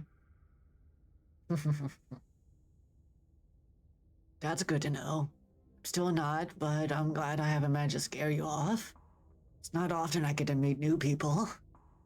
Especially new people I, would like to know better. His words seems distant to you. Tugging is strong down here. You can almost feel yourself slipping into a trance and your eyes wander to the back wall of the morgue.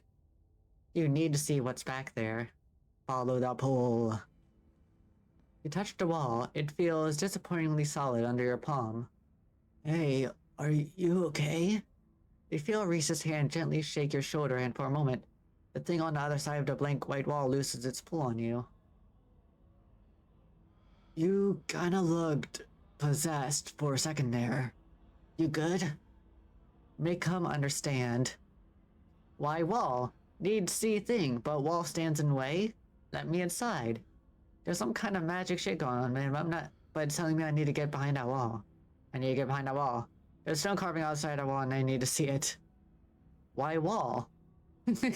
Why wall indeed?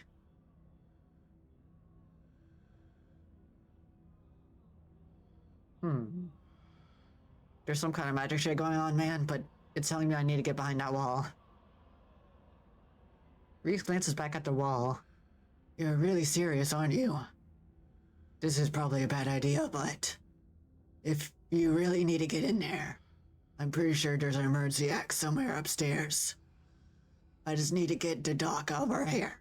Should take 2 seconds. Get the doc out of our hair? Yeah, if I say I'm sick and need something, she'll drop whatever she's doing and do it for me. Surefire way to get her out of the house.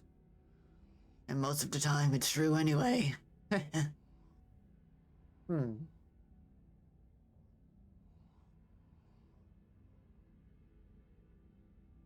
Does that make her worry about you even more? There's nothing I could do at this point to get her to stop worrying about me. Might as well use it to my advantage when I can. Alright. Sounds great. Lead the way. Sweet. Be right back. He strides past you, his long legs moving swiftly, seeming excited, his usual dour demeanor replaced with an uncharacteristic pep, when faced with the prospect of sneaking around and tearing down walls. You hear his soft voice filtering in through the open doorway at the top of the stairs. A hoarse and sickly edge added for the effect as he speaks to his mother. Hey, Mom. He coughs gently. Reese, I didn't know you were awake. I still feel like shit, but I think I can finally try to keep some juice down. It looks like we're all out, though. Really? I thought I just picked some up. I got an errand to run on Main Street. Anyway, I'll go pick some orange juice and some ginger ale too. That'll be awesome. Sorry to ask, I know you're probably busy. It's no problem. It doesn't take long. Don't do anything too strenuous while I'm gone. Just lie in bed until I get back. Thanks, Mom. I'll take it easy. You hear her footsteps move down the hall, then the front door opening and closing. It worked. The theatric grasp has left his voice, excitement rising in its place. Come on. We don't have long until she's back. As you step out of the morgue you relax. The extra space between you and the carving has weakened its hold on you, and with it, your desperation to claw your way through the wall and unveil it. It's one of those emergency fire exits, so it should be pretty obvious where it is. Or wherever it is, though I'm not sure wherever she would be keeping it. I'll show you around. Let's try the doc's office first.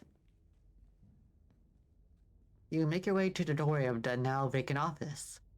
I don't see an axe in here. He's right. A cursory glance reveals nothing but stacks of paper and cabinets of medical supplies.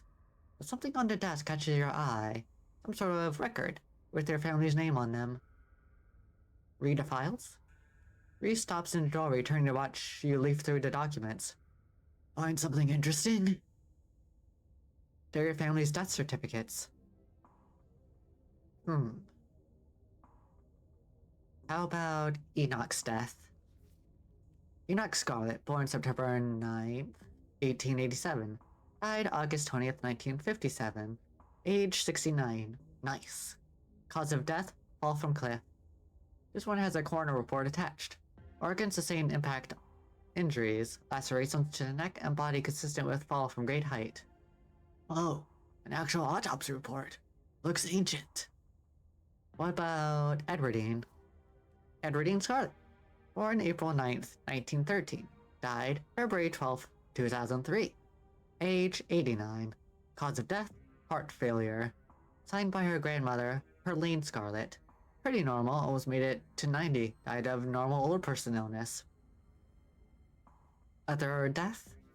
You quickly flip through of the other Scarlets whose name aren't quite as familiar.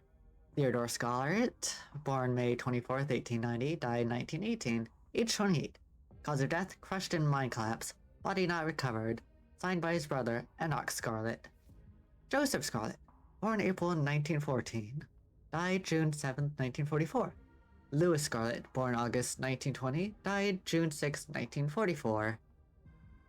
Both killed at Normandy in the line of duty. These must have been Edwardine's brothers. Certificates of fetal death, infant boy Andrew Charles Scarlet, delivered April 3rd, 1945, stillbirth, mother Edwardine Scarlet. Cause of death, complications during birth. No doctor present. Home burial. Alexandra Scarlet, born December 12th, 1947, died August 20th, 1957, aged 9, missing, presumed dead, signed by mother Edwardine Scarlet. Alexandra, the owner of the doll, so she went missing. Mary Bell Scarlet, born September 3rd, 1946, died October 30th, 1963, aged 17. Cause of death, complications during childbirth. Complications during childbirth.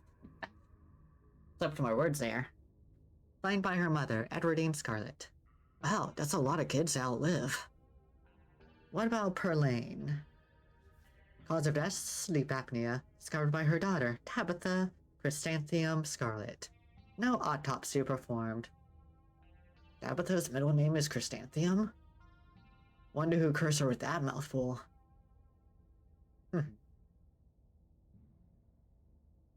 I think it's pretty.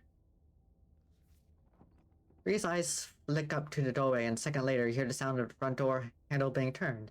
His eyes is on your shoulder before you even register what's happening. You're pushed back and out of view of the front door. Shoot, I'm not supposed to be in here. We gotta hide. He hurries to the closet door, motioning you inside. You step past him and squish yourself in what little space is available in a nearly full closet. Reese is close on your heels. Let him in. You let him in. Together you listen as Doctor make her way to some room deeper into the clinic. As the silence of the tiny closet, every breath seems too loud, as if you could expect Dr. Kelly to hear it from wherever she was across the house. We better wait a second just in case.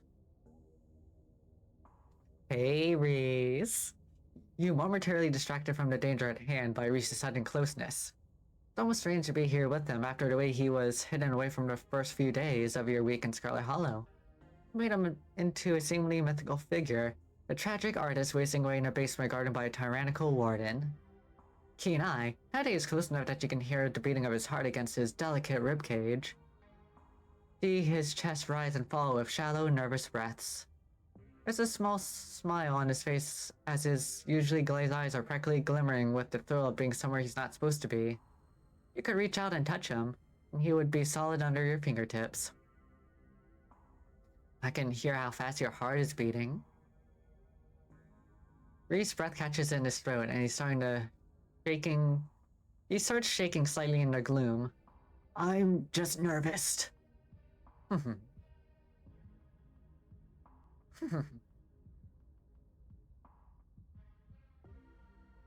She won't find us here. Place a comforting hand on his. You reach out, taking his trembling hand. His long, slender fingers are cold and delicate against yours, like glass threatening to break in your gentle grip. His heart beats even harder, thumping loudly in his chest. I'm not nervous about getting caught. His words are shaky, barely audible in the tight space of the closet. I can't remember the last time I was so close to another person. Or his trembling thumb brushes against your palm. the last time someone touched me. Before either of you can continue, the footsteps once again echo down the hallway outside, just beyond the open door. The footsteps return. They get louder, approaching the open office door, and then they stop. Much to your relief, she opens another door, leaving the main clinic. We're in the clear. We probably only got a minute or two until she comes back, so let's make it count. The medical supply room is probably our best bet. If any other rooms in the clinic is likely to have a fire axe, it's probably the room full of chemicals. This way. He motions you down the hallway, slipping through the slightly ajar door of what you assume to be the supply room. Yes, there it is. Keys. Here we go. He rushes over to the cabinet that contains the bright red axe, pulling the glass door open. Your axe. Keen eye, a splash of brown catches your eye. There's a small sprig of what almost looks like furry beads, with a wide 8-pronged leaf still attached at the base. The end of the sprig is leaking sap on the countertop. It's fresh. Now we can... Keen eye, Reese stops mid-sentence as you notice he's staring at the plant. He stoops to pick it up. Does she make her own medicine? Puts it down, but not before breaking off a berry and sliding into his pocket. I don't think she's allowed to do that. She's not a pharmacist. This room is just for storing stuff she orders for patients from a pharmacist in Brevard. Why would she be making her own? Before you can answer, the two of you hear something in the distance and turn to listen intently. That was the door from the house. Come on. If we hurry, we can get you back downstairs. I run interference. Go downstairs, quick. You can hear her approach now, floorboards quaking in the hallway on the other side of the office. You follow Reese's instructions once again. Starting down the basement stairs, letting the pull of the stone carving guide you back to the morgue. Dr. Kelly's voice filters down from above. I was right, we already did have juice. It was just in the back of the fridge, but there's no harm in having extra. What are you doing in the clinic? I thought I heard you go rest. Oh, I'm just going to chill in the morgue. I got my speaker, so if you hear some weird noise, that's just my music. I'll be sure to put in earplugs to drown all the industrial clanging you listen to. You know I'm not the biggest fan of you spending time down there. It can't be good for your mental health to hang out in a refrigerator for corpses. Do you at least have a blanket this time? Yeah, I'll be fine. It's just a change of scenery. My room feels too claustrophobic right now. Okay, I'll let you know when it's time for dinner. You hear the door close and the sound of Reese descending the stairs to join you in the fluorescent lit room below. Hey. Wall, now, yes. Wall. Let's do this. May I make the first blow? Let's see. I should warn you, something spooky might happen when we break down a wall. Reese smiles. Good. Feels like I'm missing out lately. Stop asking questions. It's time to see what's on the other side of that wall. Let's do this. Have at it. You approach the far end of the morgue, axe practically singing through the air as you strike the wall. First cut offers a surprising amount of resistance. There's some structure behind it, some wood frame holding it in place, trying to stand between you and what waits you on the other side. You stagger back from the massive hole in the wall and admire your effort. Holy shit. The splintered edge frames a dark passage, seemingly cut deep into the side of the cliff. Cold seeping from the forgotten place into the already frigid morgue. Reese coughs as he takes a better look at what lies beyond the wound in the wall. There's a whole hallway back there. The thick, stale air leaks from the hole, filling the morgue with an earthly mildew smell, like the room was slowly filling with dirt. And with the stink of the graveyard-like room beyond comes an even stronger compulsion. You step forward, and you climb into the hole. This is wild. I had no idea any of this was here. An entire hospital wing rotting away for decades behind some flimsy drywall? His voice sounds distant. Your sole focus is finding it. Your feet move without prompting, and you stumble down the hallway towards the far wall, barely registering the antique clutter as you stagger past it. Whoa, are you okay? You don't respond, and you don't bother to retrieve the axe. The wall is rotten. Water damage having eaten away at the wood over the course of unknowable years. The planks nearly reduced to sawdust. You tear into it.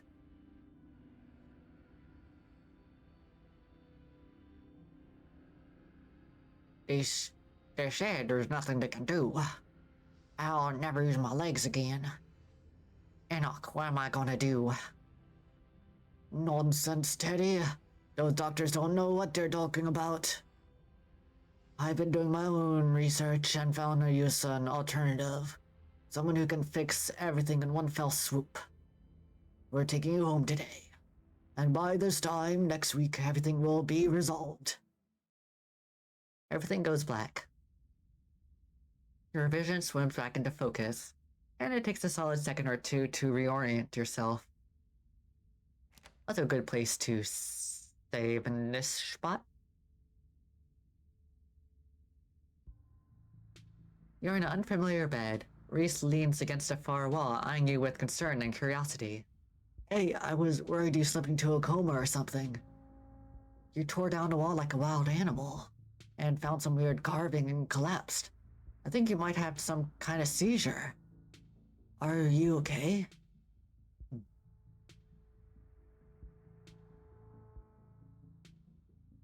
I had a vision. Like hallucination? I have those sometimes too. Used to have them a lot as a teen. Always just weird little things like my hands would look wrong or my neck would seem too long. Or the room would feel smaller. I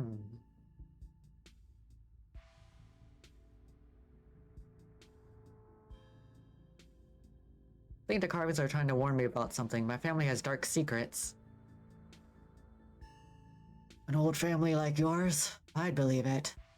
Hopefully that's all ancient history, though. I wouldn't want something to happen to you. I'd like to get to know you a little better before either of us dies. Yeah. Let's see.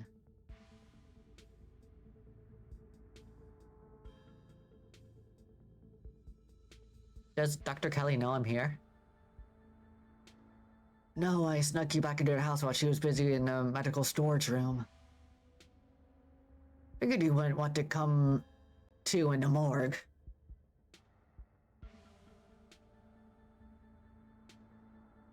How did I get here? I carried you. I wish I'd been awake while you carried me. I could always put on a repeat performance, if that's the sort of thing you like. Hmm.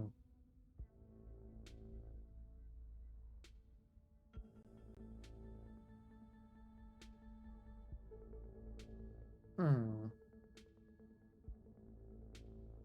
I think Dr. Kelly should look me over. Those seizures can't be good for me. I don't think you want her to do that. While you're out, I looked this up.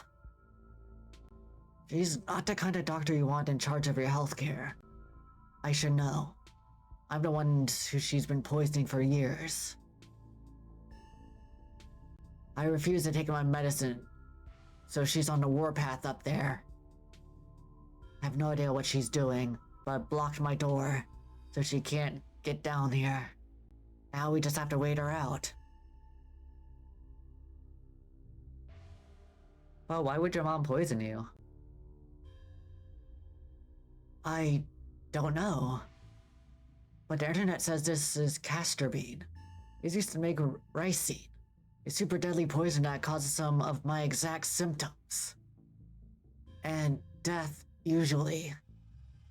The thing I can't figure out is whether she's been trying to kill me slowly or if she just likes getting me sick enough to be dependent on her. Either way, I don't think I've ever had an illness. I think the illness was me growing up and becoming less easy to control. She sure found a cure for that.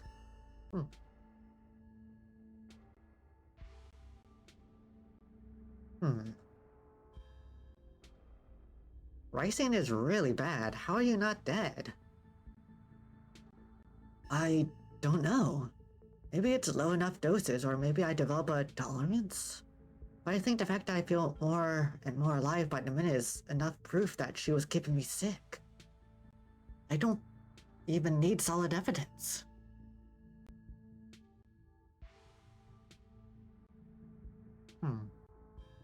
No matter what, we should get you out of this basement soon. Where would we go? Only person I know who has a car is Kanika, and she's not answering her phone. I don't know anyone else. I don't have any other family to go to. I never even finished high school. When I get out of this house, I don't know how I can make sure I don't wind up right back down here.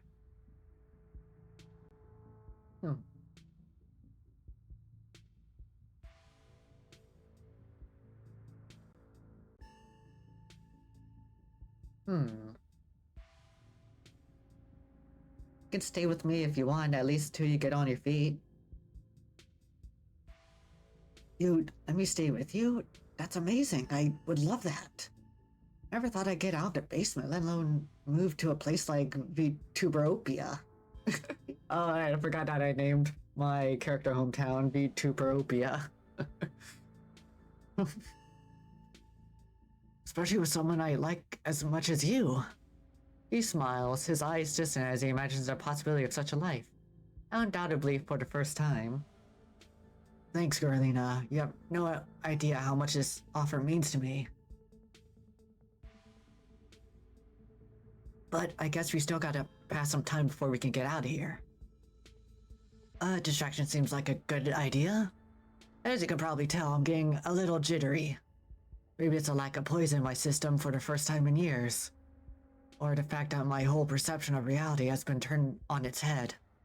Probably a combo. It doesn't feel awful, to be honest. You could always draw me. If you're sure you're okay with sitting for a portrait, I'd love to draw you. There's a quality to drawings that's almost like catching memories, as sappy as that probably sounds. But this can be a sort of snapshot of the night of my life turnaround. It's definitely a memory worth holding on to. I'll go get you a chair.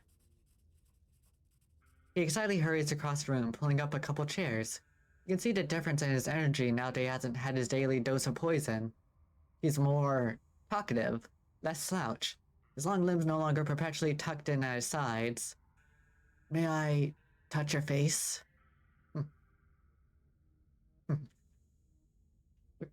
Please do, wiggles her eyebrows suggestivelly.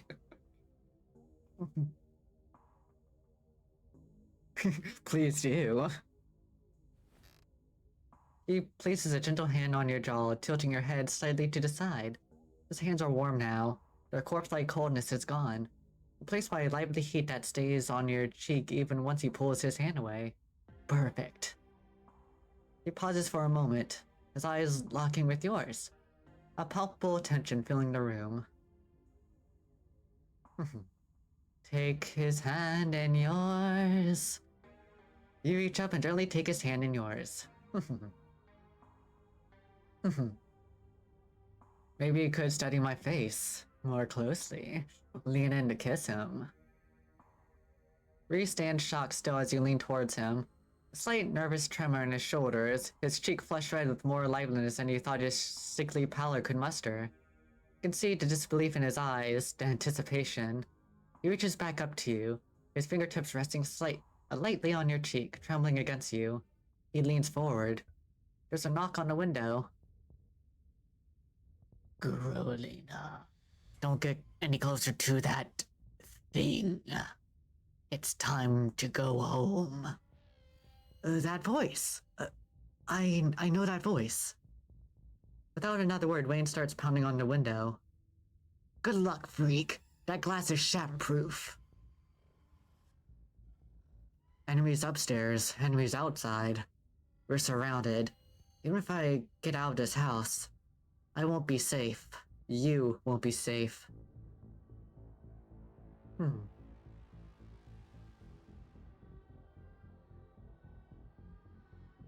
Why did he call you that thing? Because he's some kind of monster, and he wants me dead. Can't you feel that? Emergence's intent is practically oozing out of him. But I'm not weak anymore. I can fight back. I don't have to cower in fear from people who want to hurt me. I can protect both of us, Carolina. The window shatters. Let's go!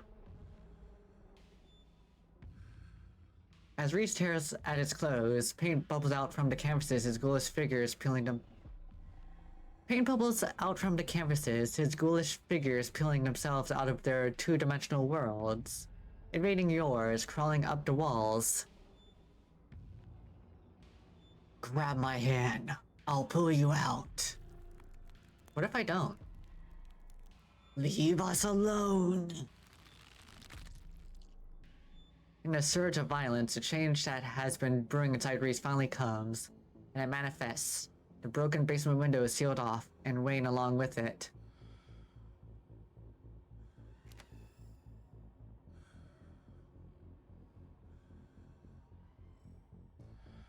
Stay where I am.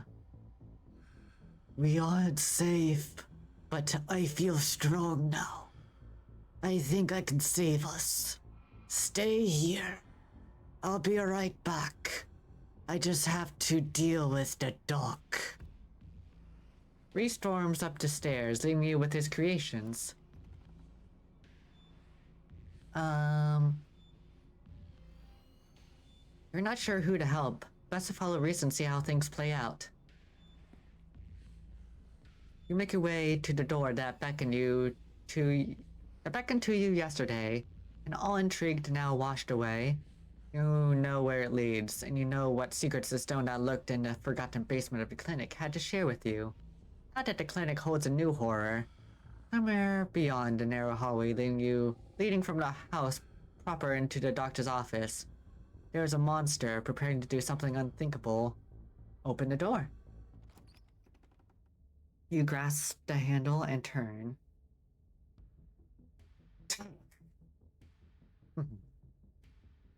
Duck. You do as she says, ducking out of the way. She shoots. The gun isn't very loud. There's only a pop as a projectile leaves the barrel, whizzing through the air. You turn to see a dart embedded in Reese's chest. He pulls a tranquilizer dart out from between his ribs, heaving heavy breaths as the drug courses through his system. You're going to have to try harder than that, Yubi. No, how did you? As if you could hope to stop me, you pathetic waste of flesh. Before Wayne takes another step down the stairs, paint flows out between cracks in the wood. Reese's panic pulling in a mob of furious creatures to hold his enemy in place. The artist darts away, but his creation continues their work in his absence. Dr. Kelly makes her escape down the hallway as Wayne is overcome, glued in place at the top of the stairs by stifling globs of paint. Run after Dr. Kelly. You run forward, braving the onslaught of Reese's creations, dodging them as best you can as you try to see where Dr. Kelly went. The door in front of you is smothered in paint. Hey! Dr. Kelly's voice crackles out of the unseen speaker. You, Gurlina. I'm stuck in the safe room. I can't help you from here, but you can help both of us.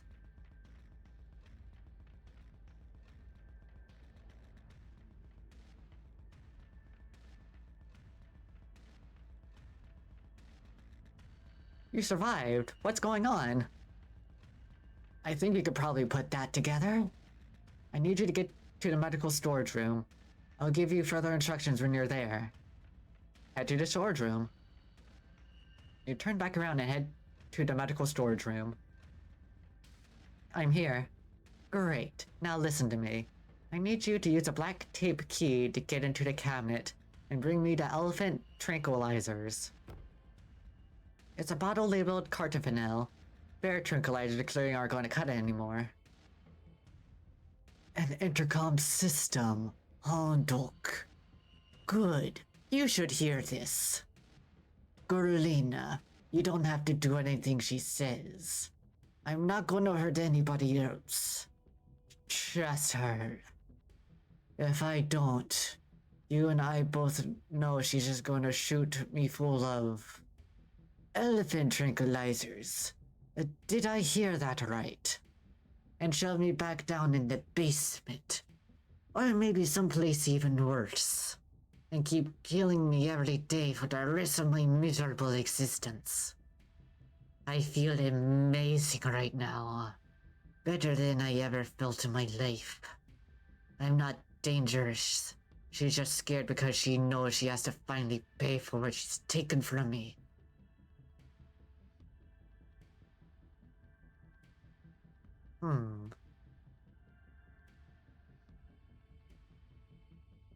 Let's see. Ooh, choices. In this horror game, let's see. I mean, on one hand, there's Reese. On the other hand, there's Dr. Kelly.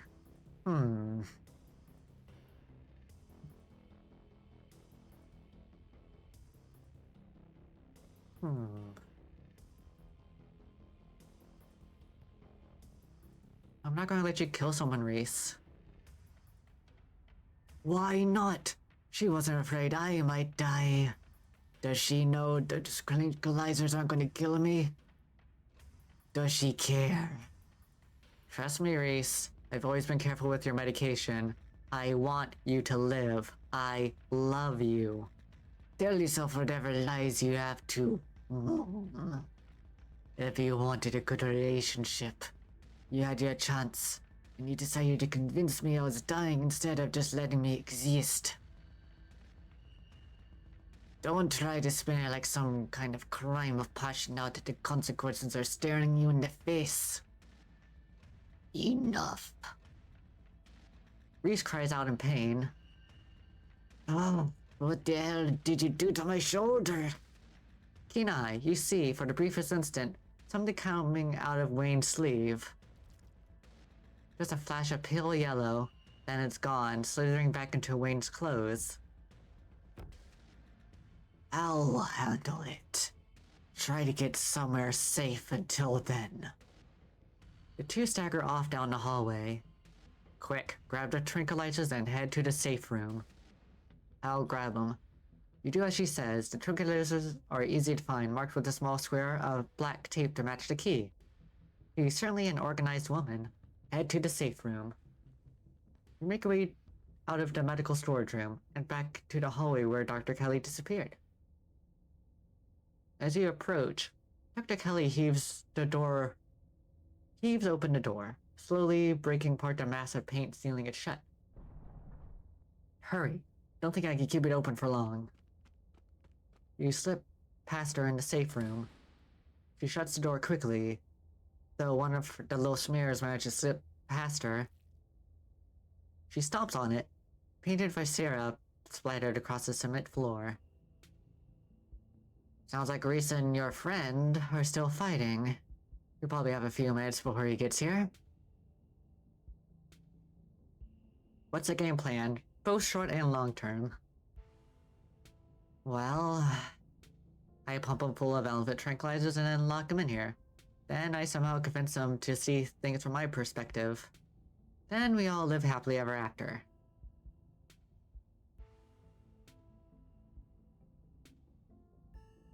There has to be some other way. It's just gonna make him feel trapped again. It sure is, especially since I'll have to isolate him even more now he knows what's going on. He's gonna hate me. But you gotta work with what you've been given. And what I've been given is ethical dilemma, where I either let my son kill me, bring him to go out and kill others, or imprisoning him for the rest of his life and force-feed him poison to keep him controllable. Or the third option, kill him. I've decided which outcome I can live with.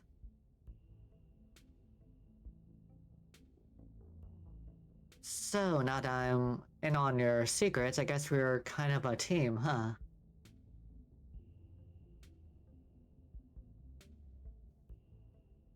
Kid, you're at least a decade too young for me.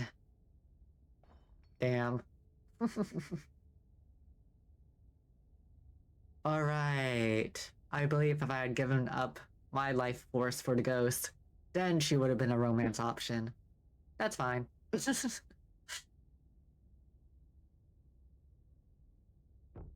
Shit, this might be game time. Get those drinks ready. We have to get the door open before he crosses the hallway. Dr. Kelly opens the door.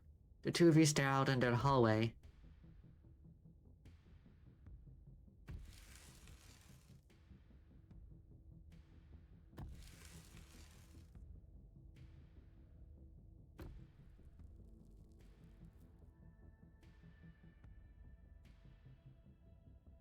Is this what you were afraid of? Hand over the tranquilizers. This is our shot.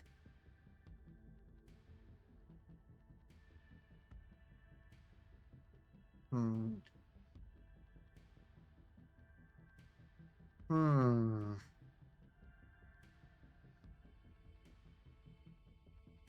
Choices.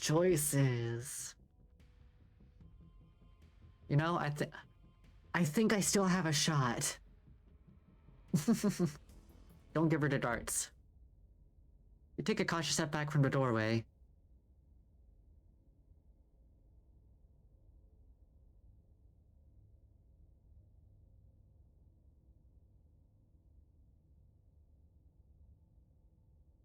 You convince yourself he's evil. You'll never give him a chance to just exist. Stop messing around and hand him over now. Reese pushed his now massive form into the safe room, staring down at his mother. Reese, I'm so sorry.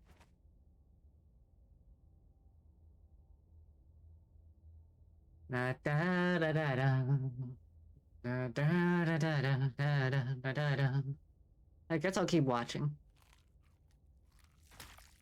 Oh geez. That's the thing that happened.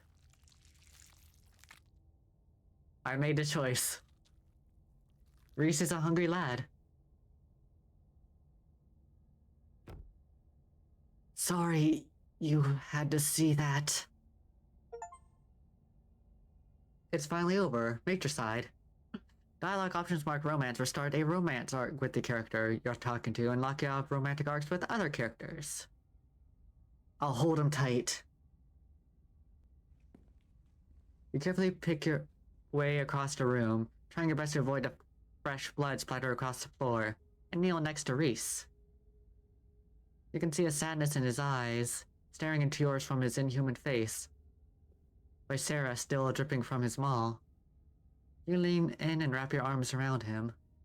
It takes him a moment to react, seemingly shocked at your touch, but his arms fold around you, his wide palms pressing you gently to him, holding you against his bony chest. His shoulders shake in your grip. You realize he's crying. He breaks away. Gerlina, I'm sorry you had to be here for this, but thank you for understanding me. I need to get out of here. Go someplace where there aren't any memories, but I'll see you soon. And then he breaks out of your embrace and stumbles out of the safe room, his footsteps getting faster and faster as he runs off into his new life. Shell-shocked, you stumble out of the clinic and into the night air.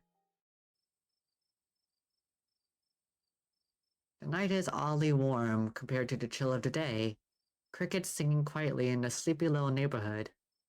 Everything that happened in the clinic feels almost like a dream, and now that it's over, you realize how little it meshes with your understanding of the world. Go home.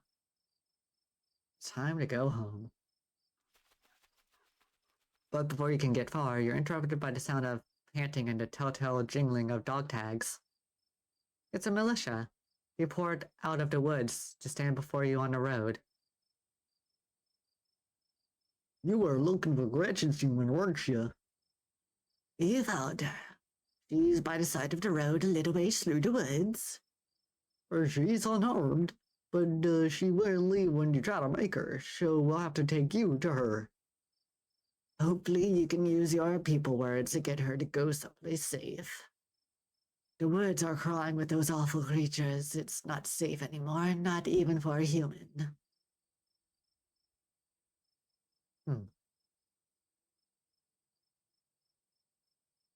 You're very, very good dogs. Lead the way. Yes, we are good dogs. You hear that, Scraps?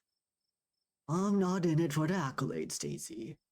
I just hope I can do it will help those who need it. You let the dogs lead you into the wilderness, following on their heels as they take you to Stella's hideaway. Before long, the tree is thin and you find yourself on a steep hill by a two-lane road, lying on one side by sheer rock. And there, sitting on the log, staring mournfully out at the asphalt, is Stella. And there she is. Keep her safe. Listening, you speaker. You sit on a log beside Stella. But Gerlina, how did you... She looks over her shoulder in confusion. Is that a gang of dogs?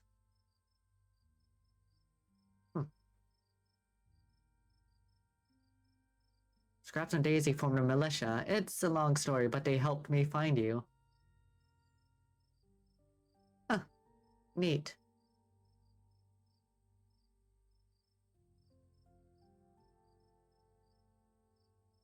Let's remain silent. Let's sit with her. Come on, let's just get back to town.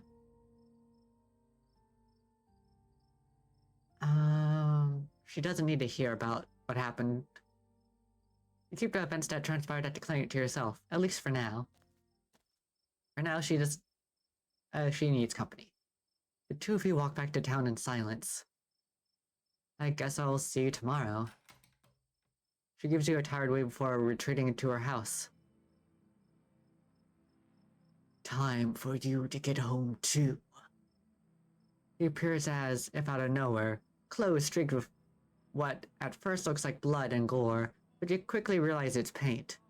Evidence of his altercations with Reese. I'll walk you.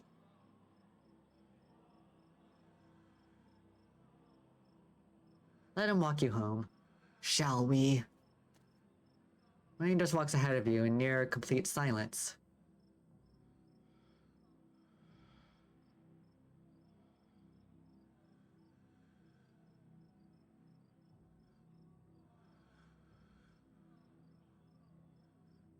Did you know Reese was like that? I knew he was different. How exactly, I wasn't sure. But now I know. I should be able to make quick work of him next time.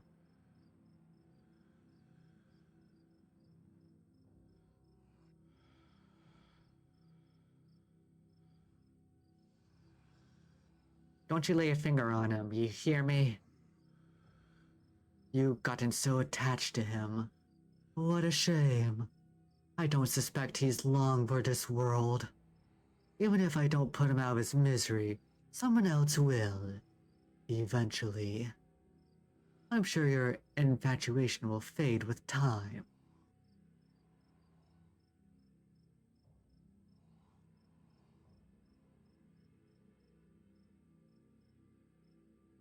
I thought you wanted me to stay at this state. Aren't you going to lecture me? You were free to make your own decisions, and those decisions have been made. I know that something pulls at you. I now know that's started. I know that you cannot stop until your task is finished. I'll keep you safe while you do what you must.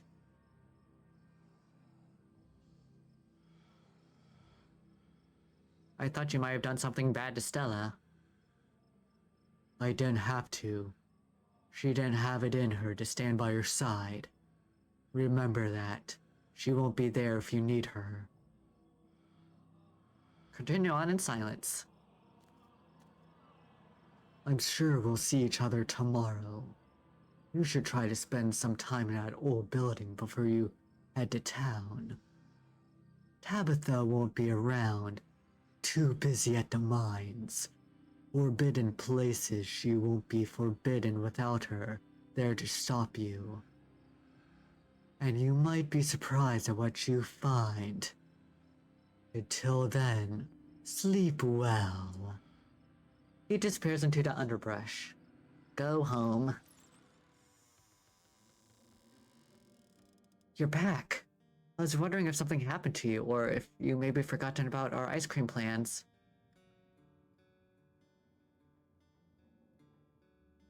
I won't miss cousin bonding time for the world, Tabitha. Let's do it. I'm kinda glad I won't be eating alone tonight. Thanks. You follow your cousin to the kitchen and she puts out 2 pints of banana chocolate chunk. Her favorites. She puts one on the table and wordlessly thrusts the other into your hand. I'm sure there's a lot you want to talk about, but we're both here. We're both safe. We've both had a long week. Let's just exist together. Yay! Ice cream social. 2 of you stand in the kitchen, quietly eating banana-flavored ice cream, while Frou purrs gently in her sleep nearby, an oasis of calm. But as Tabitha's spoon scrapes the bottom of her empty pint, the moment ends. Alright. I'm off to bed. Should try to get some sleep too. Here's hoping tomorrow is uneventful, right? Thanks for this. Your cousin leaves for her room, your body breaking down from the stress of today's events. There's nothing left for you to do but head to bed. Exhausted beyond belief, you stumble into your room and collapse on the bed. The damp smell of the mattress is starting to become almost welcoming, a sign that snarled daily horrors of Scarlet Hallow are finally behind you. At least until the sun inevitably rises once again. You close your eyes, your exhausted body is coming to sleep almost immediately. As you drift off, you think of Reese, out in the woods somewhere, bloodstained, free, and beautiful. Then you think of nothing. This is the end of episode 4. Episode 5 will release later this year. Follow us on social media to stay up to date on the rest of Scarlet Hallow. Yeah, if I remember their latest thing, they said like they're at like 3/4 of the way done. So I would think it might show up late spring, early summer, something like that. If they're 3/4 way in for episode 5. So I'm excited. If you'd like to continue with this world, say in episode 5, please save your game. No, I could do that.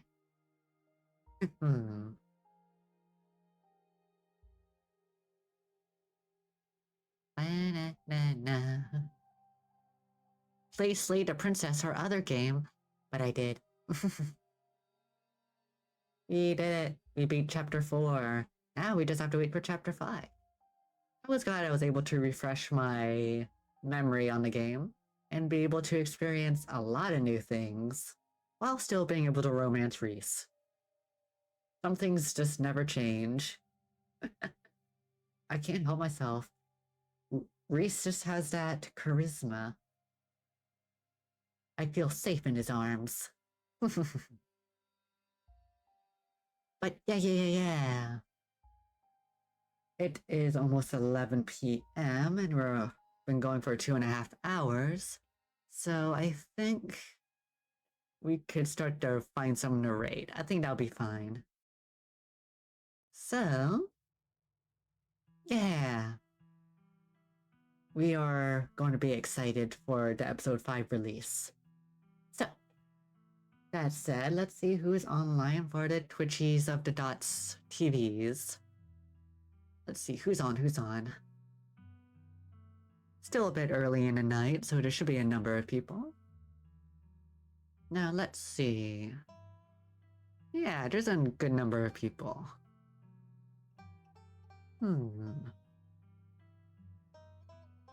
I think we should raid Mino Miyushi. They're playing Repo.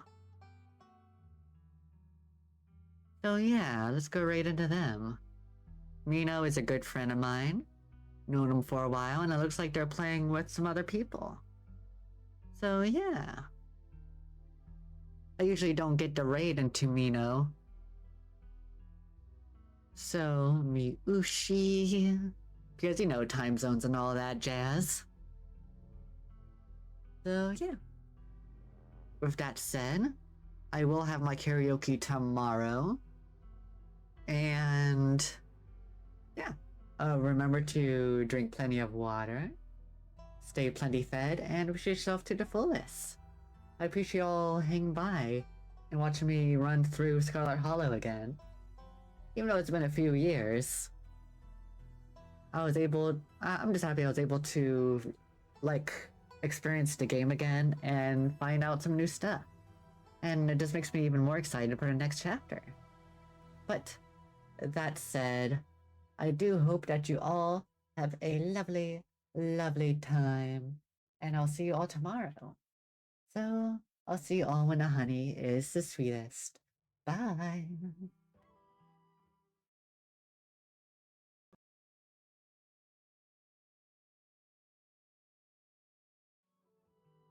Hold up. They just ended their stream. That would have been embarrassing. In that case...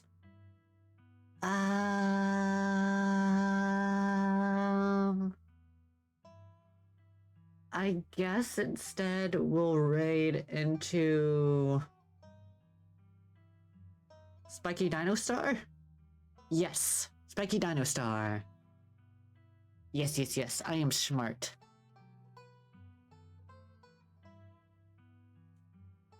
There we go. I'm so good at this. Anyway, yeah, I'll see you when things are sweetest. Again, bye!